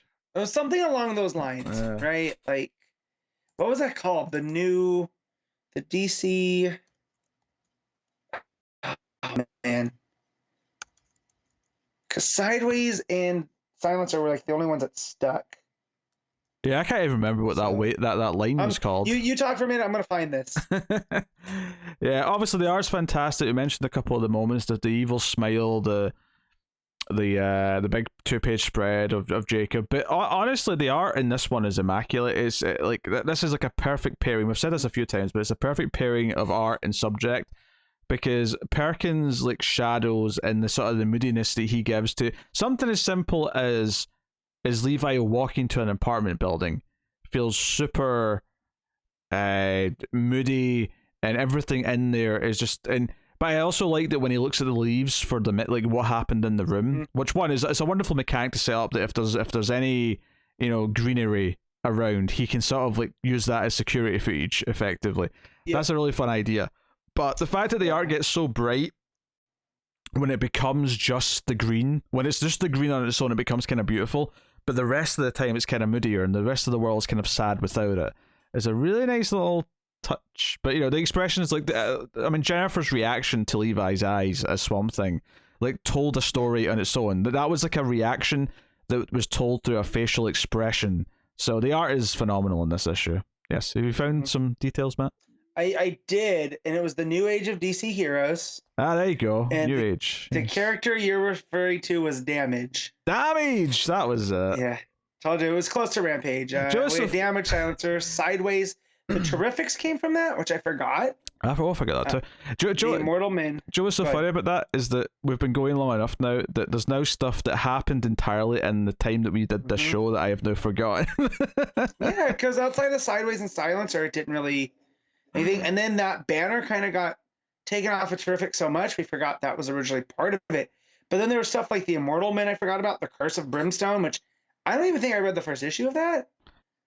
Connor read a decent chunk of it. It was forced to, if I recall. New Challengers, and then the Unexpected, which I don't remember that either.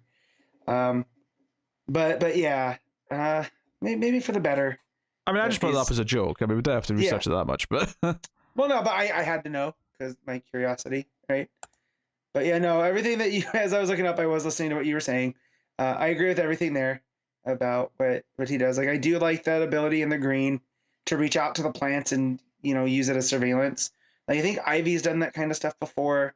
And I think it's popped up in other Swamp Thing books, but not like this, not where he can go back and watch everything that had happened.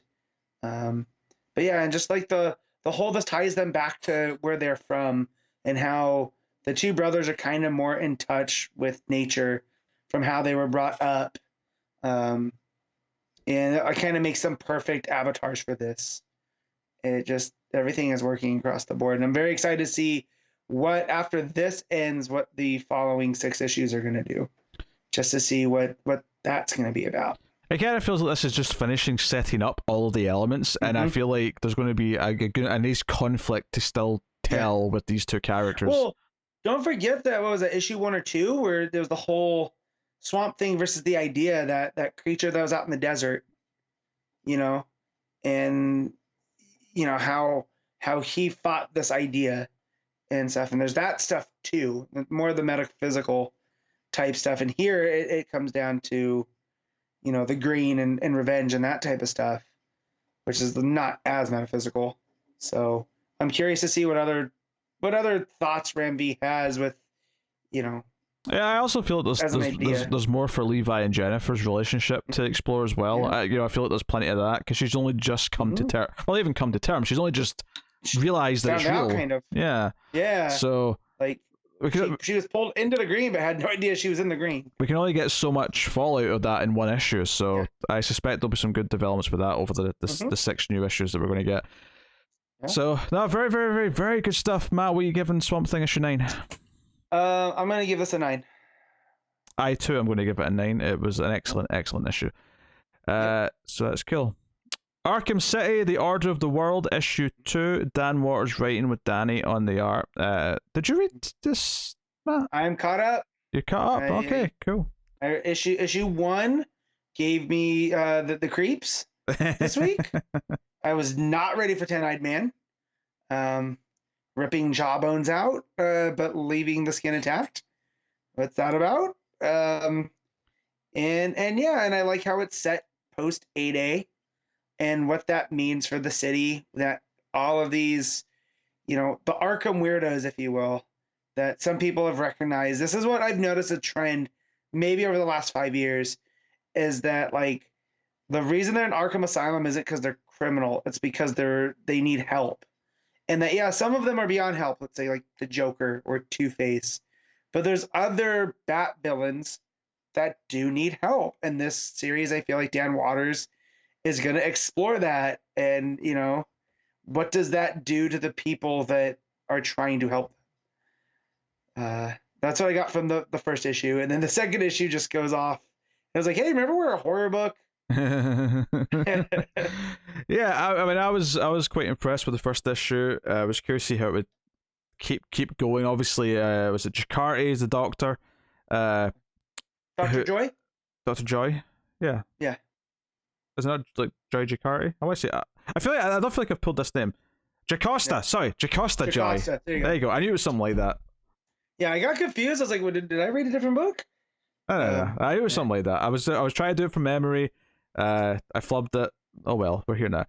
So it sets up, was it Double X is this Arkham escapee whose power gives off like a drug-like effect, right? So if you touch him, you get a high. So there's a drug dealer who's got him chained up in his basement, and he's just charging people to come in and like touch him. So, yeah, so they get a kick. Again, remember this is a horror book.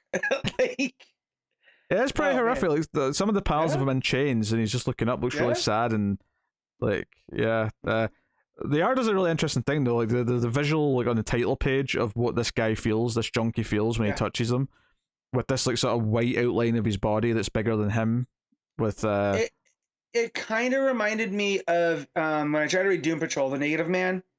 It's an inverse of that. You know, it's instead of the black, what's that, Negative Man, right? Yeah. Instead of the dark, shadowy outline, it's like a white, almost ghostly effect, and it kind of affects the person touching him here. But yeah. Yeah, but we do go back to our doctor, who talks to the police, who are still investigating things. But of course, the big thing that was revealed at the end of the last issue is that she is actually harboring the 10-eyed man, and is dealing with the fact that he's crawling around all creepy up in her bookshelf. He goes up to the roof. We also bounce between that and Azrael, who believes he has been, you know, called upon to take out all these Arkham escapees and fix the city. So, but the 10-eyed man's whole thing is that the city is Arkham City and that it's their playground. And he uses a map along with his eyes and a ritual to try and predict where certain, you know, other Arkham inmates are. And he figures out where Double X is, right? He says one of us is locked away, and the whole time I'm thinking this doctor lady's like you don't realize how crazy this is. You're harboring this guy who's like a complete murderer. I mean, he literally came home with a jaw last issue.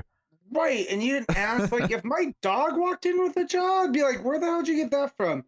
But an inmate from Arkham, you're definitely like, no, we can't do this. Yeah. Yep.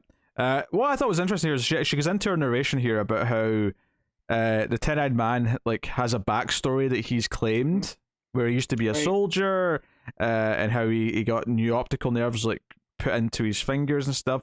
But she's like, there's no history of the guy he says he is, this Phillip dude.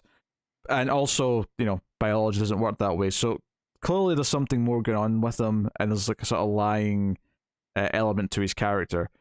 But he gets all up in her face and like accuses her of sabotaging the plan. So it's proper creepy and like dangerous at various points. The way that the 10-eyed man is standing around it reminds me of Ragdoll from Secret Six and other books, and it's just there's something about that level of contortionism that doesn't sit well. So you get to draw him at these odd angles. Like I can't remember if it was this book or the first one, where he's doing like the full standing on his hands and the feet are above his head, curling over, and it's just it's so creepy to see those poses. Yeah, a lot of contortion, all that sort of stuff.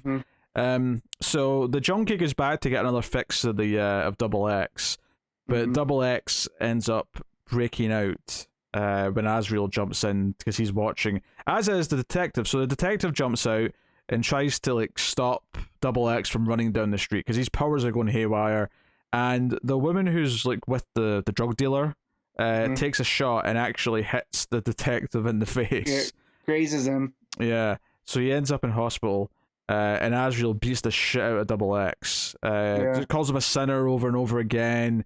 It's super violent, super bloody. And a demon. No, don't forget that part. Azrael seems to have gone from healthcare worker with Dr. Tompkins to full-on vengeance of the Order of Saint Dumas. Just back overnight, which I like. I do love crazy Azrael. Yeah, so they talk to Joy about everything that's going on because she was the last person that talked to him on the phone. But she's basically buying into 10-eyed man's whole thing. We see like a map of Gotham where he's kind of drawn the layout of Arkham over the top of it. So like this district is the padded cells, this district is the whatever, super like just kind of foreboding stuff about like how he's looking at the city. So yeah, and it basically just shows that there's different inmates still around the city. We see, I don't know if that's Dr. Phosphorus we see. Yeah, so they talk about how Dr. Phosphorus and someone else are actually adapting to living outside of Arkham through Dr. Joy's help. But the neighbors don't know it's Dr. Phosphorus, the other one, in that I took that as that's almost what Arkham City means, is like these people upon release, like, yeah, they still have issues, but they're still living amongst everybody because they didn't actually need to be in the asylum anymore, at least. So yeah, the other one from the back looks like a Splinter. So yeah, I don't know who that is. I don't remember that one. Yeah. But yeah, it ends with Azrael realizing about who the Doctor is through the the paper. Newspaper. Yeah, it says Doctor of 1000 Maniacs, and it's basically Azrael's looking down and going, "Yes, my lord, I understand the Doctor." So now that doesn't necessarily mean he's coming to kill her, but no, she has some answers that he might need. Yeah, but he's going to go for her, and maybe he'll discover some things. Maybe he'll discover the 10-eyed man's been harbored by her. Maybe he will see her as a villain that he has to deal with, and that'll open up a lot of possibilities. Yeah, it was another broody issue. It was another issue where it felt like the city's just this cesspool of darkness and all the rest of it. I'm still intrigued. I didn't think it was as good as issue 1, but It's still pretty solid though. Yeah. Like this is the Dani art that I liked. For whatever reason, the stuff in Miracle Molly wasn't working for me like it does here. Maybe because these are more shadowy, and it just kind of fits the vibe a little bit better. But yeah, I like you said, it's kind of moody. It's got a lot of like just creepiness baked in. Like it's hard for me to explain. It's like Dani's art isn't like a very realistic style. It's definitely a very stylized thing. Yeah. But it kind of its nature that's a little bit off kilter works with a book where every character is meant to feel a bit off kilter. It's meant to feel like you're looking at a world. It's meant to feel kind of like Seven, but on a slight David Lynch twist. Yeah, very slight. Get that. I can see that. So I feel that as I'm reading it. And I'm intrigued. I'm intrigued to see, and I think a lot of this is going to be this Doctor completely in over her head and like being consumed by the madness. Yeah. So we'll see how that goes, but no, pretty solid. What are you giving Arkham City Order of the World issue 2? I'm gonna give us an 8. Yeah, I think I'm happy enough to give it an 8 as well. Pretty good scores this week for the most part. Yeah. So that's neat. Superman and the Authority Special Issue 1, Phillip K. Johnson, and a bunch of artists that I didn't write down because there was too many of them. Matt read this though, so you take it away. Did. This is so they're trying to set this up like I don't know why DC would do this, but they're trying to make the events of Superman. I'm going to cut out that sentence. I don't know why DC would do this, just so we can play it back every time they do something stupid. That's fine. I mean, I yell that all the time, anyways. So they're trying to canonize the events of Superman and the Authority, the Morrison Janin book, which I don't know why, because that felt like it was off in his own corner. So here, Batman gets wind of a plot through the dark multiverse that this entity called the Empire of Shadows has discovered about New Earth and want to come and claim New Earth.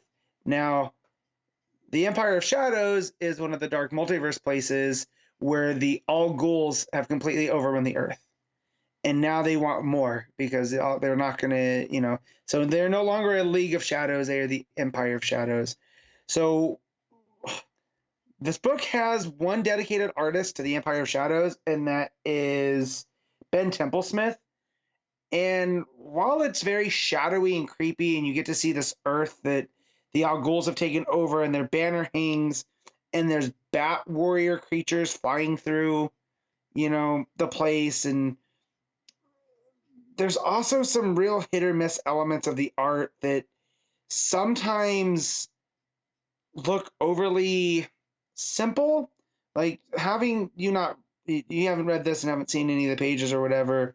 No. You get to a part where everything looks I'm trying to come up with the right word without saying cartoony. It doesn't fit DC. Like it's very indie kind of comics. There's because it's almost watercolory, it's almost Dust and Wind, but without the not clarification, but without the refinement. So proportions are off, and it's very off. It's not art for me. I can see how some people would think this is okay. It was not working with me. And then you have the other artist here where League of Comic Geeks has only 2 artists listed and everybody else is inkers, which if that's the case, rough times, because here for art, they have 4 people listed. If I can get the page to work. Where you have Trevor Hairsine, Jonathan Glapion, Scott Hanna, and Rain Bernardo. I think 3 of those are definitely inkers. So if you have Trevor Hairsine art, but with all the different inkers, the art has a varying quality, which, doesn't help the book with the Ben Templesmith art that I already wasn't digging. But the main story of this goes is that Batman gets wind of the Empire of Shadows wanting to invade, so he wants the Authority's help because they can do stuff that the Justice League can't. And Midnighter kind of has this feud with Batman that goes through that he goes, "I'm just you, but better." And then as Phillip Kennedy Johnson and writes, is we really do get to see the difference between Midnighter and Batman, which is nice. Is that Batman still does stuff that he doesn't have the ego that Midnighter has, which is nice. And Apollo calls him out on this when they get to the Empire of Shadows and stuff. But Midnighter, Manchester Black, both are like, no, we know what you mean, that this is a job for the Authority. We're expendable where the Justice League is not. And that we're not afraid to break a few eggs when we get over there. And that they have to use Enchantress's powers to shift through the multiverse to get back to the Dark Multiverse. And that Batman sells Superman on this, like, we have to stop this before they come. We have to play offense, not defense, because this is how we'll end up with a Barbatos situation again. So I give Johnson some credit for trying to build back up the start of the Dark Multiverse, which was something I thought was back in the past, you know? I thought that was a bed that, or something they had put to bed. But so you have these three Al Ghul siblings that you find out have taken out like the hero. So like they tease like the Helm of Fate that they've destroyed, as they're showing their mother and someone else on a throne that's hinted to be Ra's, in a Green Lantern ring that they took off of, and that, you know, these are just pieces that are going to lead to them taking over New Earth. And you find out that the reason they know about New Earth is they have the body of Tempest Fusionaut hanging beneath their base, their castle Al Ghul, and that somehow they were able to pluck him out, and it's kind of his body with his head hanging, so it's like his torso. He's missing his lower half, his arms aren't there, and he's strung up. And one of the Al Ghul kids were just like, you know, through you, we're going to conquer everywhere. And leads to Enchantress porting them over there, whereas we get the really wonky art. And Apollo is like, oh, well, so wait, this is the Al Ghuls, right? Like, they're the Empire of Shadows? And Batman's like, yeah, why? He's like, oh, no reason. And he looks over and sees like this art of them worshiping like a bat god, you know. So it starts to seed a little bit like, remember the Dark Multiverse, or these are where Batman's gone wrong. And you end up finding out that the Empire of Shadows knew that they would need someone from there to basically be the doorway. So they're gonna take Enchantress, and that's the doorway. So they hook her into what is now just the severed head of Tempest Fusionaut, and they're gonna go back to Earth. So they port, I think it's the three of them over where Batman and Midnighter are waiting for them, because they got sent back as well. And they defeat these two with the assist of each other, and that's where they end up with respect for each other. And Enchantress brings the others back through that, you know, for now that they don't have the doorway, they're sealed off for now. And Batman thanks Superman and them. Well, but you get the three Al Ghul kids back through, and they're standing before the guy on the throne, which is revealed to be Bruce Wayne, to no one's surprise. And that now that they know they can portal shift through, they don't just need the Fusionaut. And it ends with like this bat symbol that we'll see their enemies again.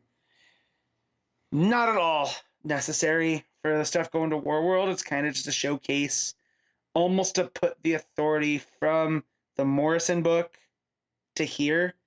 And I give Johnson credit for trying to tell a fun story, almost as if it was kind of, I could almost see like a one-off special of the Batman Al Ghul Empire of Shadows against the House of L at like some point down the line, because that's where it very much feels like this fantasy version of evil Batman versus a fantasy version of Superman and all that type of stuff. But outside of it, like to call it a special is a misnomer because there's nothing that special about this book.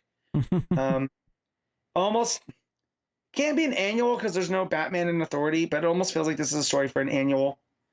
That's we won't really talk about again, and Batman gets kind of to give the sign off for the Authority.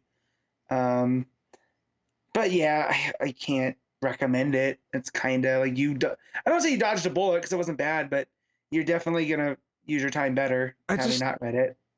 Yeah, I like Johnson being the one writing it was almost enough to make me read it, but hearing that it wasn't going to be that linked or necessary to Warworld made me just kind of, I don't know, something about the Authority as a concept just makes me kind of. I don't like it either. I don't feel like Superman needs this dark team, and that Superman from the Morrison was someone that was world weary. He has seen the worst of humanity, and that's why he has decided, like, hey, I'm gonna have to get my hands dirty here a little bit. Like, I can't always be the shining beacon. Whereas I feel like Johnson Superman's been that a little bit through the appearance of Warworld, but not as extreme to where he would feel the need to assemble this team. And so this almost just feels like he needed characters almost like where they joke about them being expendable to Batman. I almost feel like the same of them going to Warworld, because like for me to have Apollo and Midnighter on a team that also features Superman is just weird because they're just they were the Vertigo Wildstorm versions of Superman and Batman. It was a Sun and God and Dark Detective character. So, and just using Manchester Black when he had his team, which I always forget the name of. So yeah, it's weird. But I'll give this a 7. The art was real I'll go 6.5 because the art did leave a bad taste in my mouth because it's very inconsistent across the board on both sides. So yeah, man, I wish I could have better thoughts about it, but it was just kind of superfluous. Oh well, that's a shame, but it is what it is. The Human Target, issue 1, Tom King and Greg Smallwood on this book. So it's another 12-issue Tom King book kicking off. We have Human Target, which is a character that I'm familiar with the premise with, the concept of, but isn't exactly a character that I've encountered that much. For anyone who's unaware, the Human Target is a character who will disguise himself as another character who's paid him to basically just act as a decoy. So in the case of this issue, he's Lex Luthor for a bit, and then Lex Luthor gets shot. But it's not Lex Luthor, it's Human Target. That's the whole point. Yeah. So once we got to that point, I forgot what the premise. Not that I forgot, but I was like, oh wow, we're going to the Lex Luthor. Oh yeah, he's the Human Target. Duh, that's him. So it was one of those things where it was like a slow roller. That got me. I just, for any first timers or anyone who doesn't know the concept, it's worth getting that out of the way first. That's the core idea of the character. So we knew going into this is going to be something of a murder mystery. It does a bit of a narrative pull where it starts off, the narration's very present tense, where he's talking about his cough, he's talking about putting on his suit, looking in the mirror. He smells some of someone's perfume on his suit still, so he's sort of taking comfort in that. But his cough is really bad, and this scene is him leaving a message, lying down in his bed in a motel, and basically just saying, it's my time. Like, death is finally winning. Now, admittedly, I'm going to say this right now. So obviously, it then goes back. It says day 12, and then it goes back to day 1, right? So we're obviously going to work up to this point in the story. It would be foolish not to just point out at this starting juncture that it's very, very possible, even very likely, that this actual death in 12 days' time is not going to be real because it's Human Target and it's kind of his thing. Yep. Him doing deception and setting things up to pull out the real person, 100%. So when I saw he was coughing, I was like, I don't know, maybe this is going to be that thing that you can't escape death, right? Death comes for us all. Because you get to the end of that countdown where the story starts, right, for day 1. By the time I got to the end of the issue, I was like, oh no, he's finding out who did this. and this is just one of his jobs, you know. Yeah, and I love that, playing with expectations. don't get me wrong. Like I could totally see this being a real death in the sense that Mhm. that would be, that's how you sell the story. This is the when the human target finally gets targeted Mhm. and goes down. Like this is him finally dying. Like that could be the entire crux of the story. But it would be foolish not to propose the idea that at the end of issue 12 or maybe issue 11 when we get like the Mhm. reveal before the final issue, that he's already circumvented it somehow and he's not actually dying. This is just to lure in whoever the culprit is or something. But with that said, we do cut back to day one. And there's little teases of the other days. He's fighting with Guy and Ted and other characters. But we come back to day one, and he's Lex Luthor. He complains about the coffee. He's there for like a a digital expo. He's out there on stage, he's going to do a big speech, and he gets shot. And like this terrorist stands up with a bomb vest, and he starts talking about how, oh, this is the beast and we're going to kill the beast and Lex Luthor's awful and blah blah blah, and everyone in this room's going to die. Some fantastic art here. I especially love the page where it ends with Lex getting up behind him, and I say Lex, you know what I mean. But it's the side panels where it's like the panels are pulling back, so it keeps getting wider as this guy's just yelling. So we're seeing behind him more and more until we see the Lex sort of getting up off the floor. But the trick of it is that he keeps coughing after this point, and it seems to be that the coffee from that morning was poisoned, and that's what's done it to him. And the only reason why he's not already dead is because the gunshot actually sort of get rid of some of it. Something to that effect.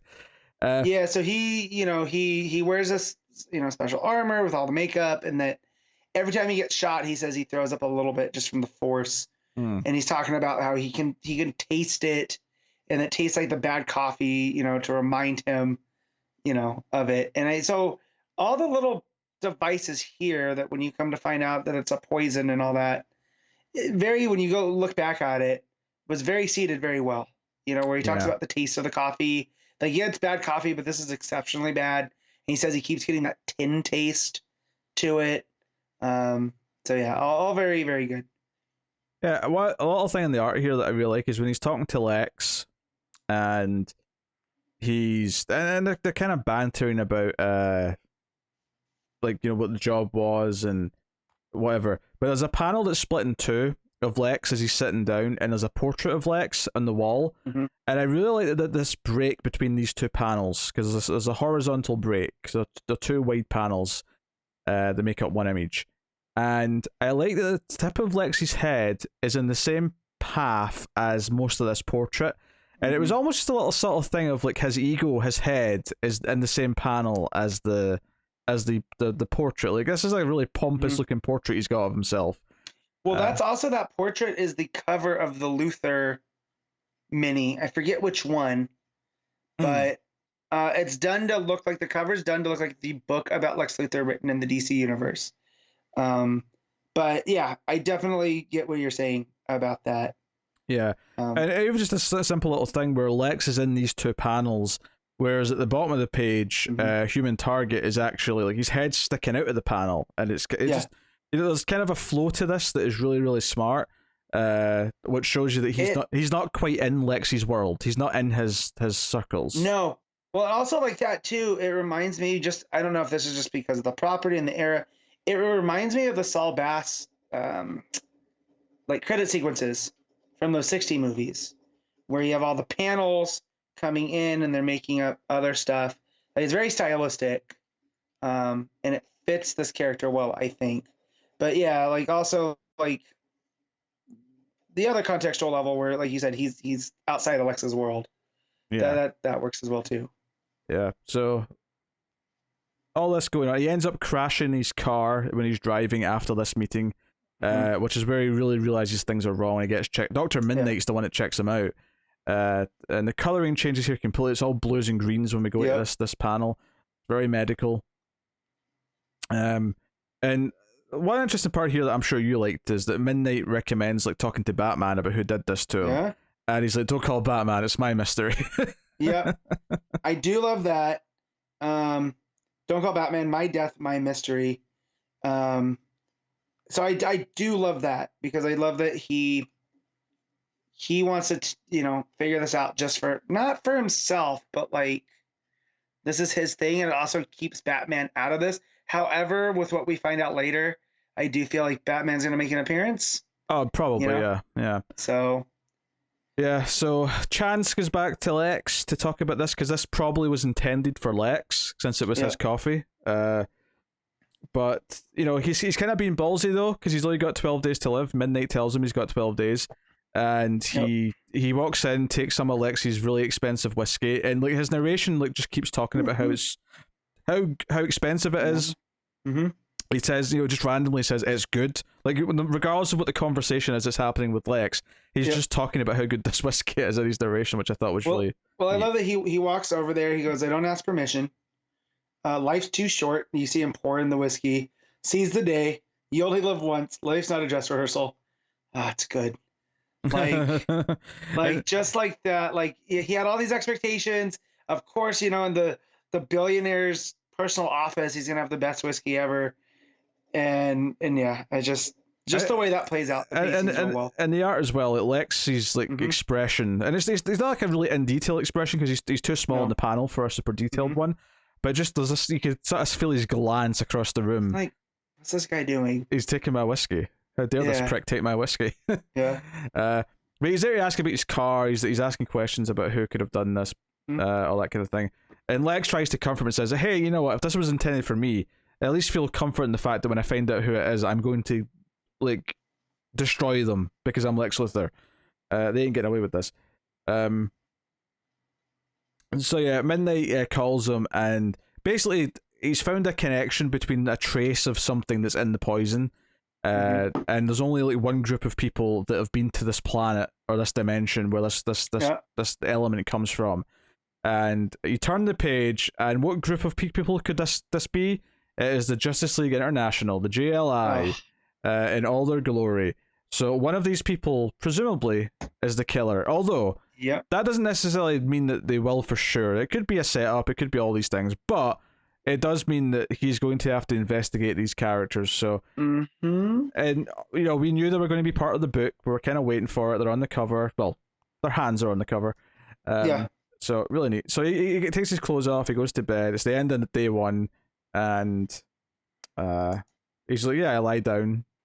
I just wait. Go to sleep." And it says to be continued. And yeah, I mean, I'm in. Like, I mean, if nothing else, I'm into the story. I'm into the mystery. I like the character's voice. It feels distinct from Tom King's other books.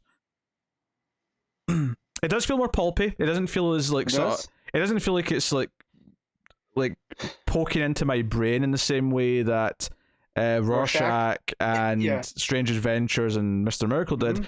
But at the same time, it wouldn't surprise me if it does by the end, as it maybe starts to get deeper into its mystery and reveal what it's going to talk about. But I think the idea that you've got this character who basically attracts death for a living, because the whole point of him is that he's there to be the target for someone else, him actually dealing with his own murder is a really interesting concept. And I like that the most is that he's, as someone that's always putting himself on the line, yet he's always so good at it. Here, like, he's the only person that's gonna care that he's gone. So he's got to figure this out. It's a really sad moment as well, because Midnight says, go and be with loved ones or something, and he says something to the effect of, describe all these people that you think I'm going to go and see. Like, and he's like, "Oh, I'm sorry." So yeah, there's kind of a sad loner vibe to it, and maybe an exploration of the regrets he maybe has, because this point out back to that first scene when he's talking about putting on his suit before he lies down to die.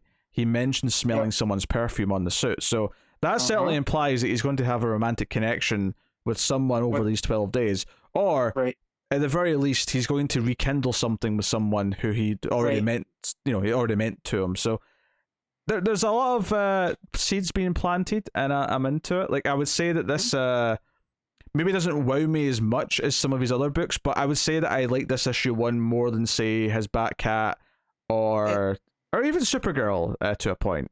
But it's the one for me that's most steeped in DC Comics. Sure. right? Mr. Miracle was kind of on its own because it's the whole New Gods and, you know, the undercurrent of New Dad stuff. And then Strange Adventures 2 was very steeped in DC, but it was this more realistic, I guess, version of it. Yeah, I still suspect this is very much out of continuity for a few reasons. But one of them being that this JLI does feel like the 80s JLI, and I don't, you know, it's just like, that's the one he wants to use. And I'm not arguing for continuity here. I'm just saying this one is the one that's most bathed in DC. Like, even a Supergirl book, like, it's Supergirl, and there's references to Superman, but she's off in another galaxy, right? Doing stuff. This one is very much where we've had appearances by Lex Luthor, Dr. Midnight. You know, it's just very much in DC, and I appreciate that as a big-time DC nerd. And I also love that era of the Justice League International, you know? And I'm sure we're going to get that version of Guy Gardner, who, I don't know if you've ever read any JLI, Pete, but if you don't like Guy Gardner in his current form, Guy Gardner from JLI is 10 times worse. So I'm wondering if King's going to have some fun with that. So you try to sell me on the book, Matt, because it's not helping. No, but like, so what happens with JLI is like there are teams of opposites. So like he's very much a hot-headed chauvinist jerk in that book, which clashes with Black Canary, who's constantly calling him out for his BS. As she should. Like that. As she should. Yeah. So, which I forgot Black Canary was there until I was just trying to piece together who's in this picture. And she's the one with the headband behind Booster and Captain Atom. Yeah, they're in a lot of them are in different outfits because of the time period they're coming from, so it's worth mentioning. Yeah. But yeah, you got Fire and Ice, you have Mr. Miracle, you have the Russian Red. That's his name, right? He's the Russian Iron Man dude. You have Nort, you have Guy Gardner, Martian Manhunter, Blue and Gold, Batman, Captain Atom, and Black Canary. So I would assume all of these characters are going to be making an appearance as he tries to figure out who did this. And yeah, Craig Smallwood's art, man, I did not realize it was going to be this great. Like, I had seen covers and whatnot, but like, I don't know what deal Tom King made. Every like, mini he's done has had some exceptional art team. It is shocking.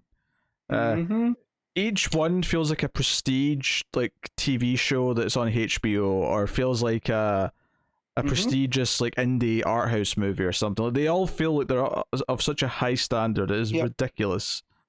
And just the coloring that's going on here that you brought up, like just in Lex Luthor's office when he goes back and drinks the whiskey, just the purples and blues and golds, you know, up against the cold scientific blues and greens of the page before. It's like, again, man, he's just spoiled for great talent here, and as long as he keeps putting out these 12-issue minis and stuff, I'm gonna keep getting them all, like, till he proves me wrong. Just because, I mean, even if you just look at the art, it's worth it. So yeah, and I really dug his voice.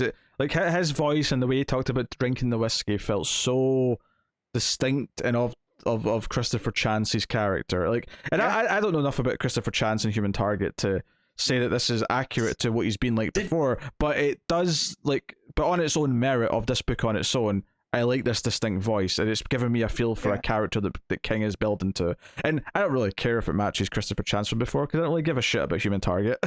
No, because I feel like this is just who he was, and I feel like he's playing into that. You know, he's a detective guy, you know, a lot more closer to human than even Batman, right? Because he's not a billionaire that has access to all these toys. Did you ever see the show that was on Fox? Oh no, never. I watched the first couple and they were pretty good, and then I kind of lost track of it. Very of the mid 2000s era kind of TV, but apparently the character also showed up on Arrow. No, I remember that. He did. They had one brief like cameo, basically. Okay, so it was just a cameo. It wasn't like an arc. No. Okay. I don't know if it was like the actor from the previous show or if it was just like a new guy. No, I don't think so, because that actor's he was on Keen Eddie back then. I don't know if that's a show you recognize, but that was the first time I remember seeing Sienna Miller was through there. But he's got he looks like the guy. Like they casted him well it's in the 2010 show. It's funny though, because like I saw probably the biggest negative reactions to Strange Adventures, especially towards the end, were from people who are big Adam Strange fans who didn't like the characterization of the character. So it'll be interesting to see again if that's a similar thing where, you know, Tom King just seems to take these characters who are not at the upper tier and just does what he wants with them story wise. And you know, if they're out of continuity, I don't really care that much. There's definitely sort of like fundamental things where, you know, if you take Superman and turn them into, like, you know, I don't know, like a Zack Snyder version of Superman, like I'm upset. But you know, otherwise.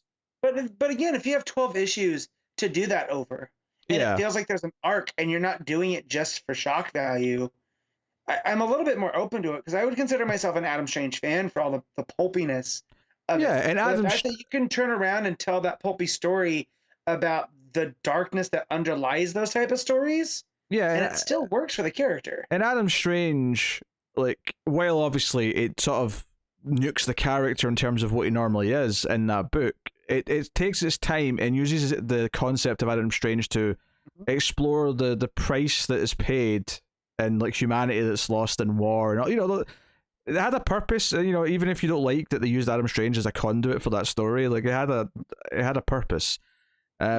Here, I mean, there's nothing to suggest as of yet that he's going to do anything with Human Target that's going to piss any Human Target fans off, but he might. You know, I'm just, you know, because he's done it with a few characters now, so he might. If you're listening to this and you are a Human Target fan, please at least let me know, because I would like to know about why you like the Human Target so much. You know, like, because this is a character that even I'm kind of blind to outside of the TV show. I know that they tried to do comics again. I think it was through Vertigo when the show came out. They tried to update it and it didn't go over as well. But it's definitely a character that's in my wheelhouse, right? You know, he's a master of disguise, pulpy detective type, and I like that. And so to know that King was going to be doing a version of that, and then when I started seeing the covers by Smallwood come out, I was like, oh, okay. And then I see the interiors, and it's even better than the covers. It's funny because this is going to be sacrilege to, like, a long time Human Target fans, for all 12 of you who exist. I'm going to think of this as Human Target for the rest of my life, probably. This is going to be the Human Target I think of when I think of Human Target, and that's probably going to upset some people. But, you know, it's like, for me, the more characters like this, these C-list and D-list characters that Tom King, and I'm not saying every character he's done has been C and D-list. I would describe some of the other ones as higher than that, but if he could take C-list and D-list characters and give them these, like, great 12-issue books, I'm all for it. Do it. Like, if he's got something to say, if he's having fun with it, or telling a great story with it, go for it. Yeah. Or in the case of Rorschach, sure. That's why I'm here. Yeah, or in the case of Rorschach, you know, take something and do, like, a new chapter to it that is separate but plays into the themes of it. You know, I will say, because Rorschach the comic doesn't like impact any of the characters from the original Watchmen. It doesn't, like, change or affect anything in that. But it reframes things to make me appreciate Watchmen more. Oh, sure. Yeah. You know. So, I mean, that's a compliment. And just, I was going to say that I haven't read any, you know, the before Watchmen stuff, and I'm not really that big fan of Watchmen in and of itself. I mean, I like what it stands for and what it did and whatnot, but, like, Rorschach might be my favorite thing tied to Watchmen. And I was a big fan of Doomsday Clock, but I feel like Rorschach just was this self-contained story about corruption and all of that other stuff and creation and, you know, being a comic creator through all that type of stuff. It might be my favorite thing ever tied to Watchmen. Oh, I thought the TV show's real good too. TV show's pretty good. Yeah, TV show's surprisingly TV show's good. Real good too. I'd put them at about the same level. I might like the comic a little bit more. Anyway, Human Target. We need to rate this bad boy. Matt, what do you give it? I'm gonna give it a very strong 8.5. We go with a 9. I think it's crafted very, very well, and I'm into the story. So yeah, 9 out of 10 from me. Yeah. All right, so I would have had Animal Man to talk about, but because of the time change thing, which is basically daylight savings altering last week for me, but not until this week for Matt. So I was supposed to be ready an hour earlier than normal and wasn't, and he had to wait for me to read Swamp Thing. So I was nice and decided to just move. So I'll do a couple of Patreon books next week. And I might hate that when I read how many books there is next week in a minute, but we'll see. Before we get to that, though, favorite parts of the week. So favorite panel / moment, favorite cover, favorite art, and top 5 books. And in my case, I read 5 books, so all 5 of them will appear. So panel / moment, Matt, what you got? So I could pull something from Swamp Thing, from Dark Knights of Steel, Human Target. I'm going to pull it from Dark Knights of Steel, and it's going to be that realization that Jor-El and Lara came in the rocket with baby Kal-El. Well, that was good. He wasn't a baby; he wasn't born yet, but it was one of those moments that made me go, "Oh wow, okay." Because like you see them on the cover, but like I've seen that image of the Sullen, Jor-El, and Lara before.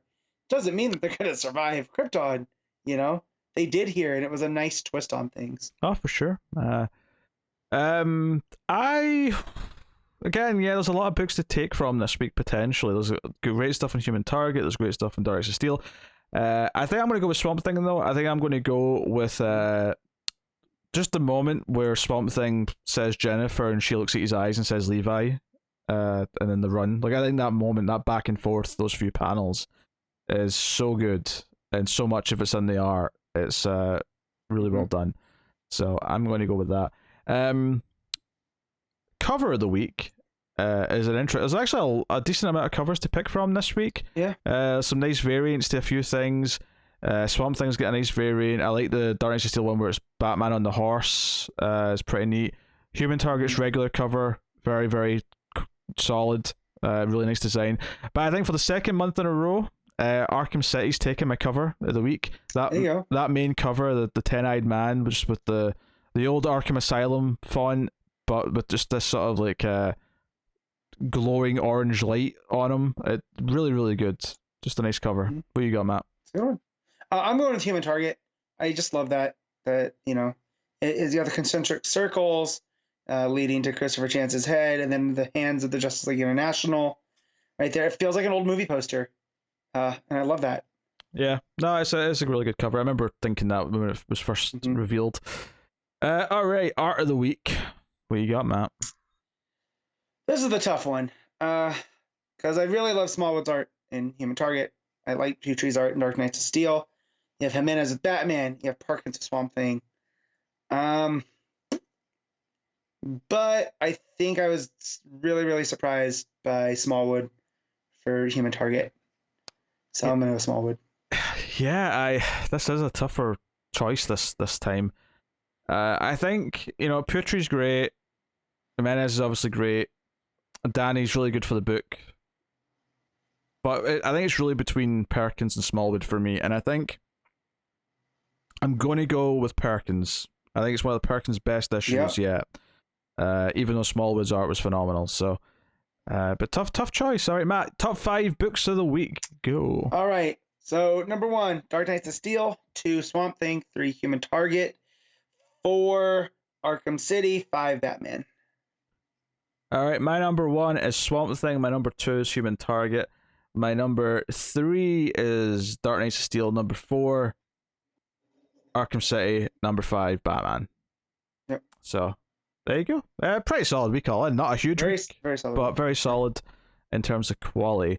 So let me then tell you what is coming next week from DC Comics. So we have Action Comics 1036. We're going to have Wonder Woman 781. The Joker issue 9. So I'll do that with Animal Man then as a Patreon book. Batman Urban Legends issue 9. Batman the Imposter issue 2. And issue 1 of that was so good. Yeah. So I would recommend. Wait, was it you to catch? No, it was Connor to catch up on that. Connor didn't catch it. I made sure I read that one because I asked you if I only had time to read X1. You said go with that one. I was very adamant. Yeah. Robin and Batman issue 1. I forgot this was coming, to be honest. I want to be excited for it. It's Lemire and Wen, but I also am like, I don't know. And I don't know. It's another Bat book. It's another Bat book. It's called Robin and Batman, not Batman and Robin. It's Lemire and Wen. You're going to read it, Matt. You know you are. Maybe if I got time.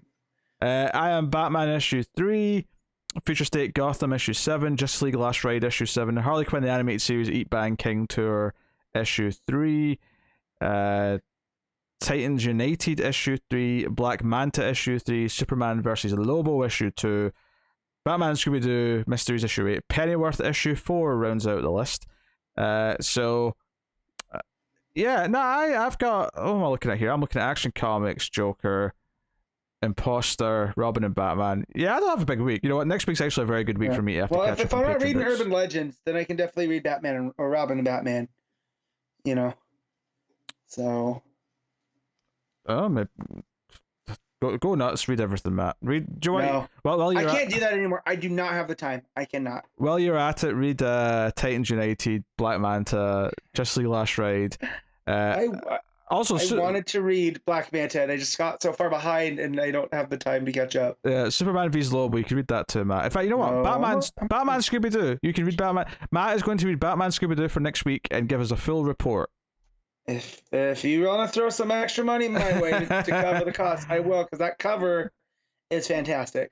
Matt's going to do 1,000 word, not page. 1,000 page. Yeah. Christ, I knock out 1,000 page review, or 1,000 page. Good lord, I did the same thing you did. 1,000 word reviews back in my writing days, like they were nothing. Yeah. In fact, they told me I gotta parse them down. Because we don't need 2,000 pages on why Jason Aaron's store. That's fantastic. If you're opinionated on what you're writing about, 1,000 words is nothing. 1,000 pages, in other hands, another matter. That's a book. Yeah. That's more than a book. It's a sizable book. Yeah. All right, there you go. That's what's coming next week from DC Comics. Which means I can take this time to thank our Patreon producers for the month. So thank you to Tyler Hess, Cindy Palacios, David Sharp, Board Now, Al Treisman, Christopher Moy, David Brown, and Stanley. They're one of our higher tiers on patreon.com/MailFuzzTV, where you can go and support us for as little as $1 per month. And of course, you can get early access to the show at the $5 tier by a day. And of course, at one of the higher tiers, you get to make myself or Matt, or sorry, not Matt, myself or Connor read a book. It's because I was looking at you when I was saying it, Matt, that's all. You're fine. So go and have a look over there. But you can, of course, support us for free by simply hitting the like button, subscribing, commenting on YouTube. You can, of course, rate the podcast 5 stars and give us a review on iTunes or wherever you get your podcast from. All of these things does and do help. You can also, of course, get us on Twitter at DC Comics Podcast. Share us about on there. Recommend us to your comic book and DC loving friends and peers. Thank you and kindly. All of that does help out a lot. So that is cool. Yeah, that's pretty much it. Just over 2 hours, Matt. It was a short episode. Yeah, sorry, we made up for it. I'm gonna go make some lunch. Maybe go to the movies. So yeah. I'm very hungry. I'm definitely going to do food right away. But otherwise, I'm going to take a quiet night because it's been a hectic week. So it's good. You earned it. I'm going to play some video games, maybe, or maybe I'll just nap. I don't know. Honestly, napping seems. Real quick, how much candy did you eat from Halloween? Did you just not keep any in? I had a little bit, but not a ton. Like it was. Yeah. I made myself sick at work because we had some left over, and maybe you don't need to eat 3 fun-sized Snickers, a Twix, and 2 Starbursts in one go. A fan sent me a box of caramel ding dongs for Halloween. So it always sounds like an insult. Caramel ding dong. So I ate those, and they were okay. They tasted more like toffee than caramel, though, to be honest. Yeah, well, that's probably with the mass production method. I had a caramel apple that we got when we went to get our pumpkins, and it had been sitting up there. And man, it's the first time I've had real caramel. It was so good. Like I'm kind of glad I waited for after the Halloween so I could enjoy it. But man, it was real good. So I get that, thinking that it might taste more like toffee than caramel. I don't know. Proper caramel is great. It's very common here in treats. Yeah. Well, I'm sure it is here too, but I'm so used to the candy company caramel, than proper. So, but yeah, real good. Pains me I can't get another one until next year because the orchard's closed again. Yeah. So there you go. That's the show. Thank you very much for joining us for episode 278 of Comics From The Multiverse. We will see you next time. So keep reading DC Comics and remember to never get lost in the Speed Force. Bye.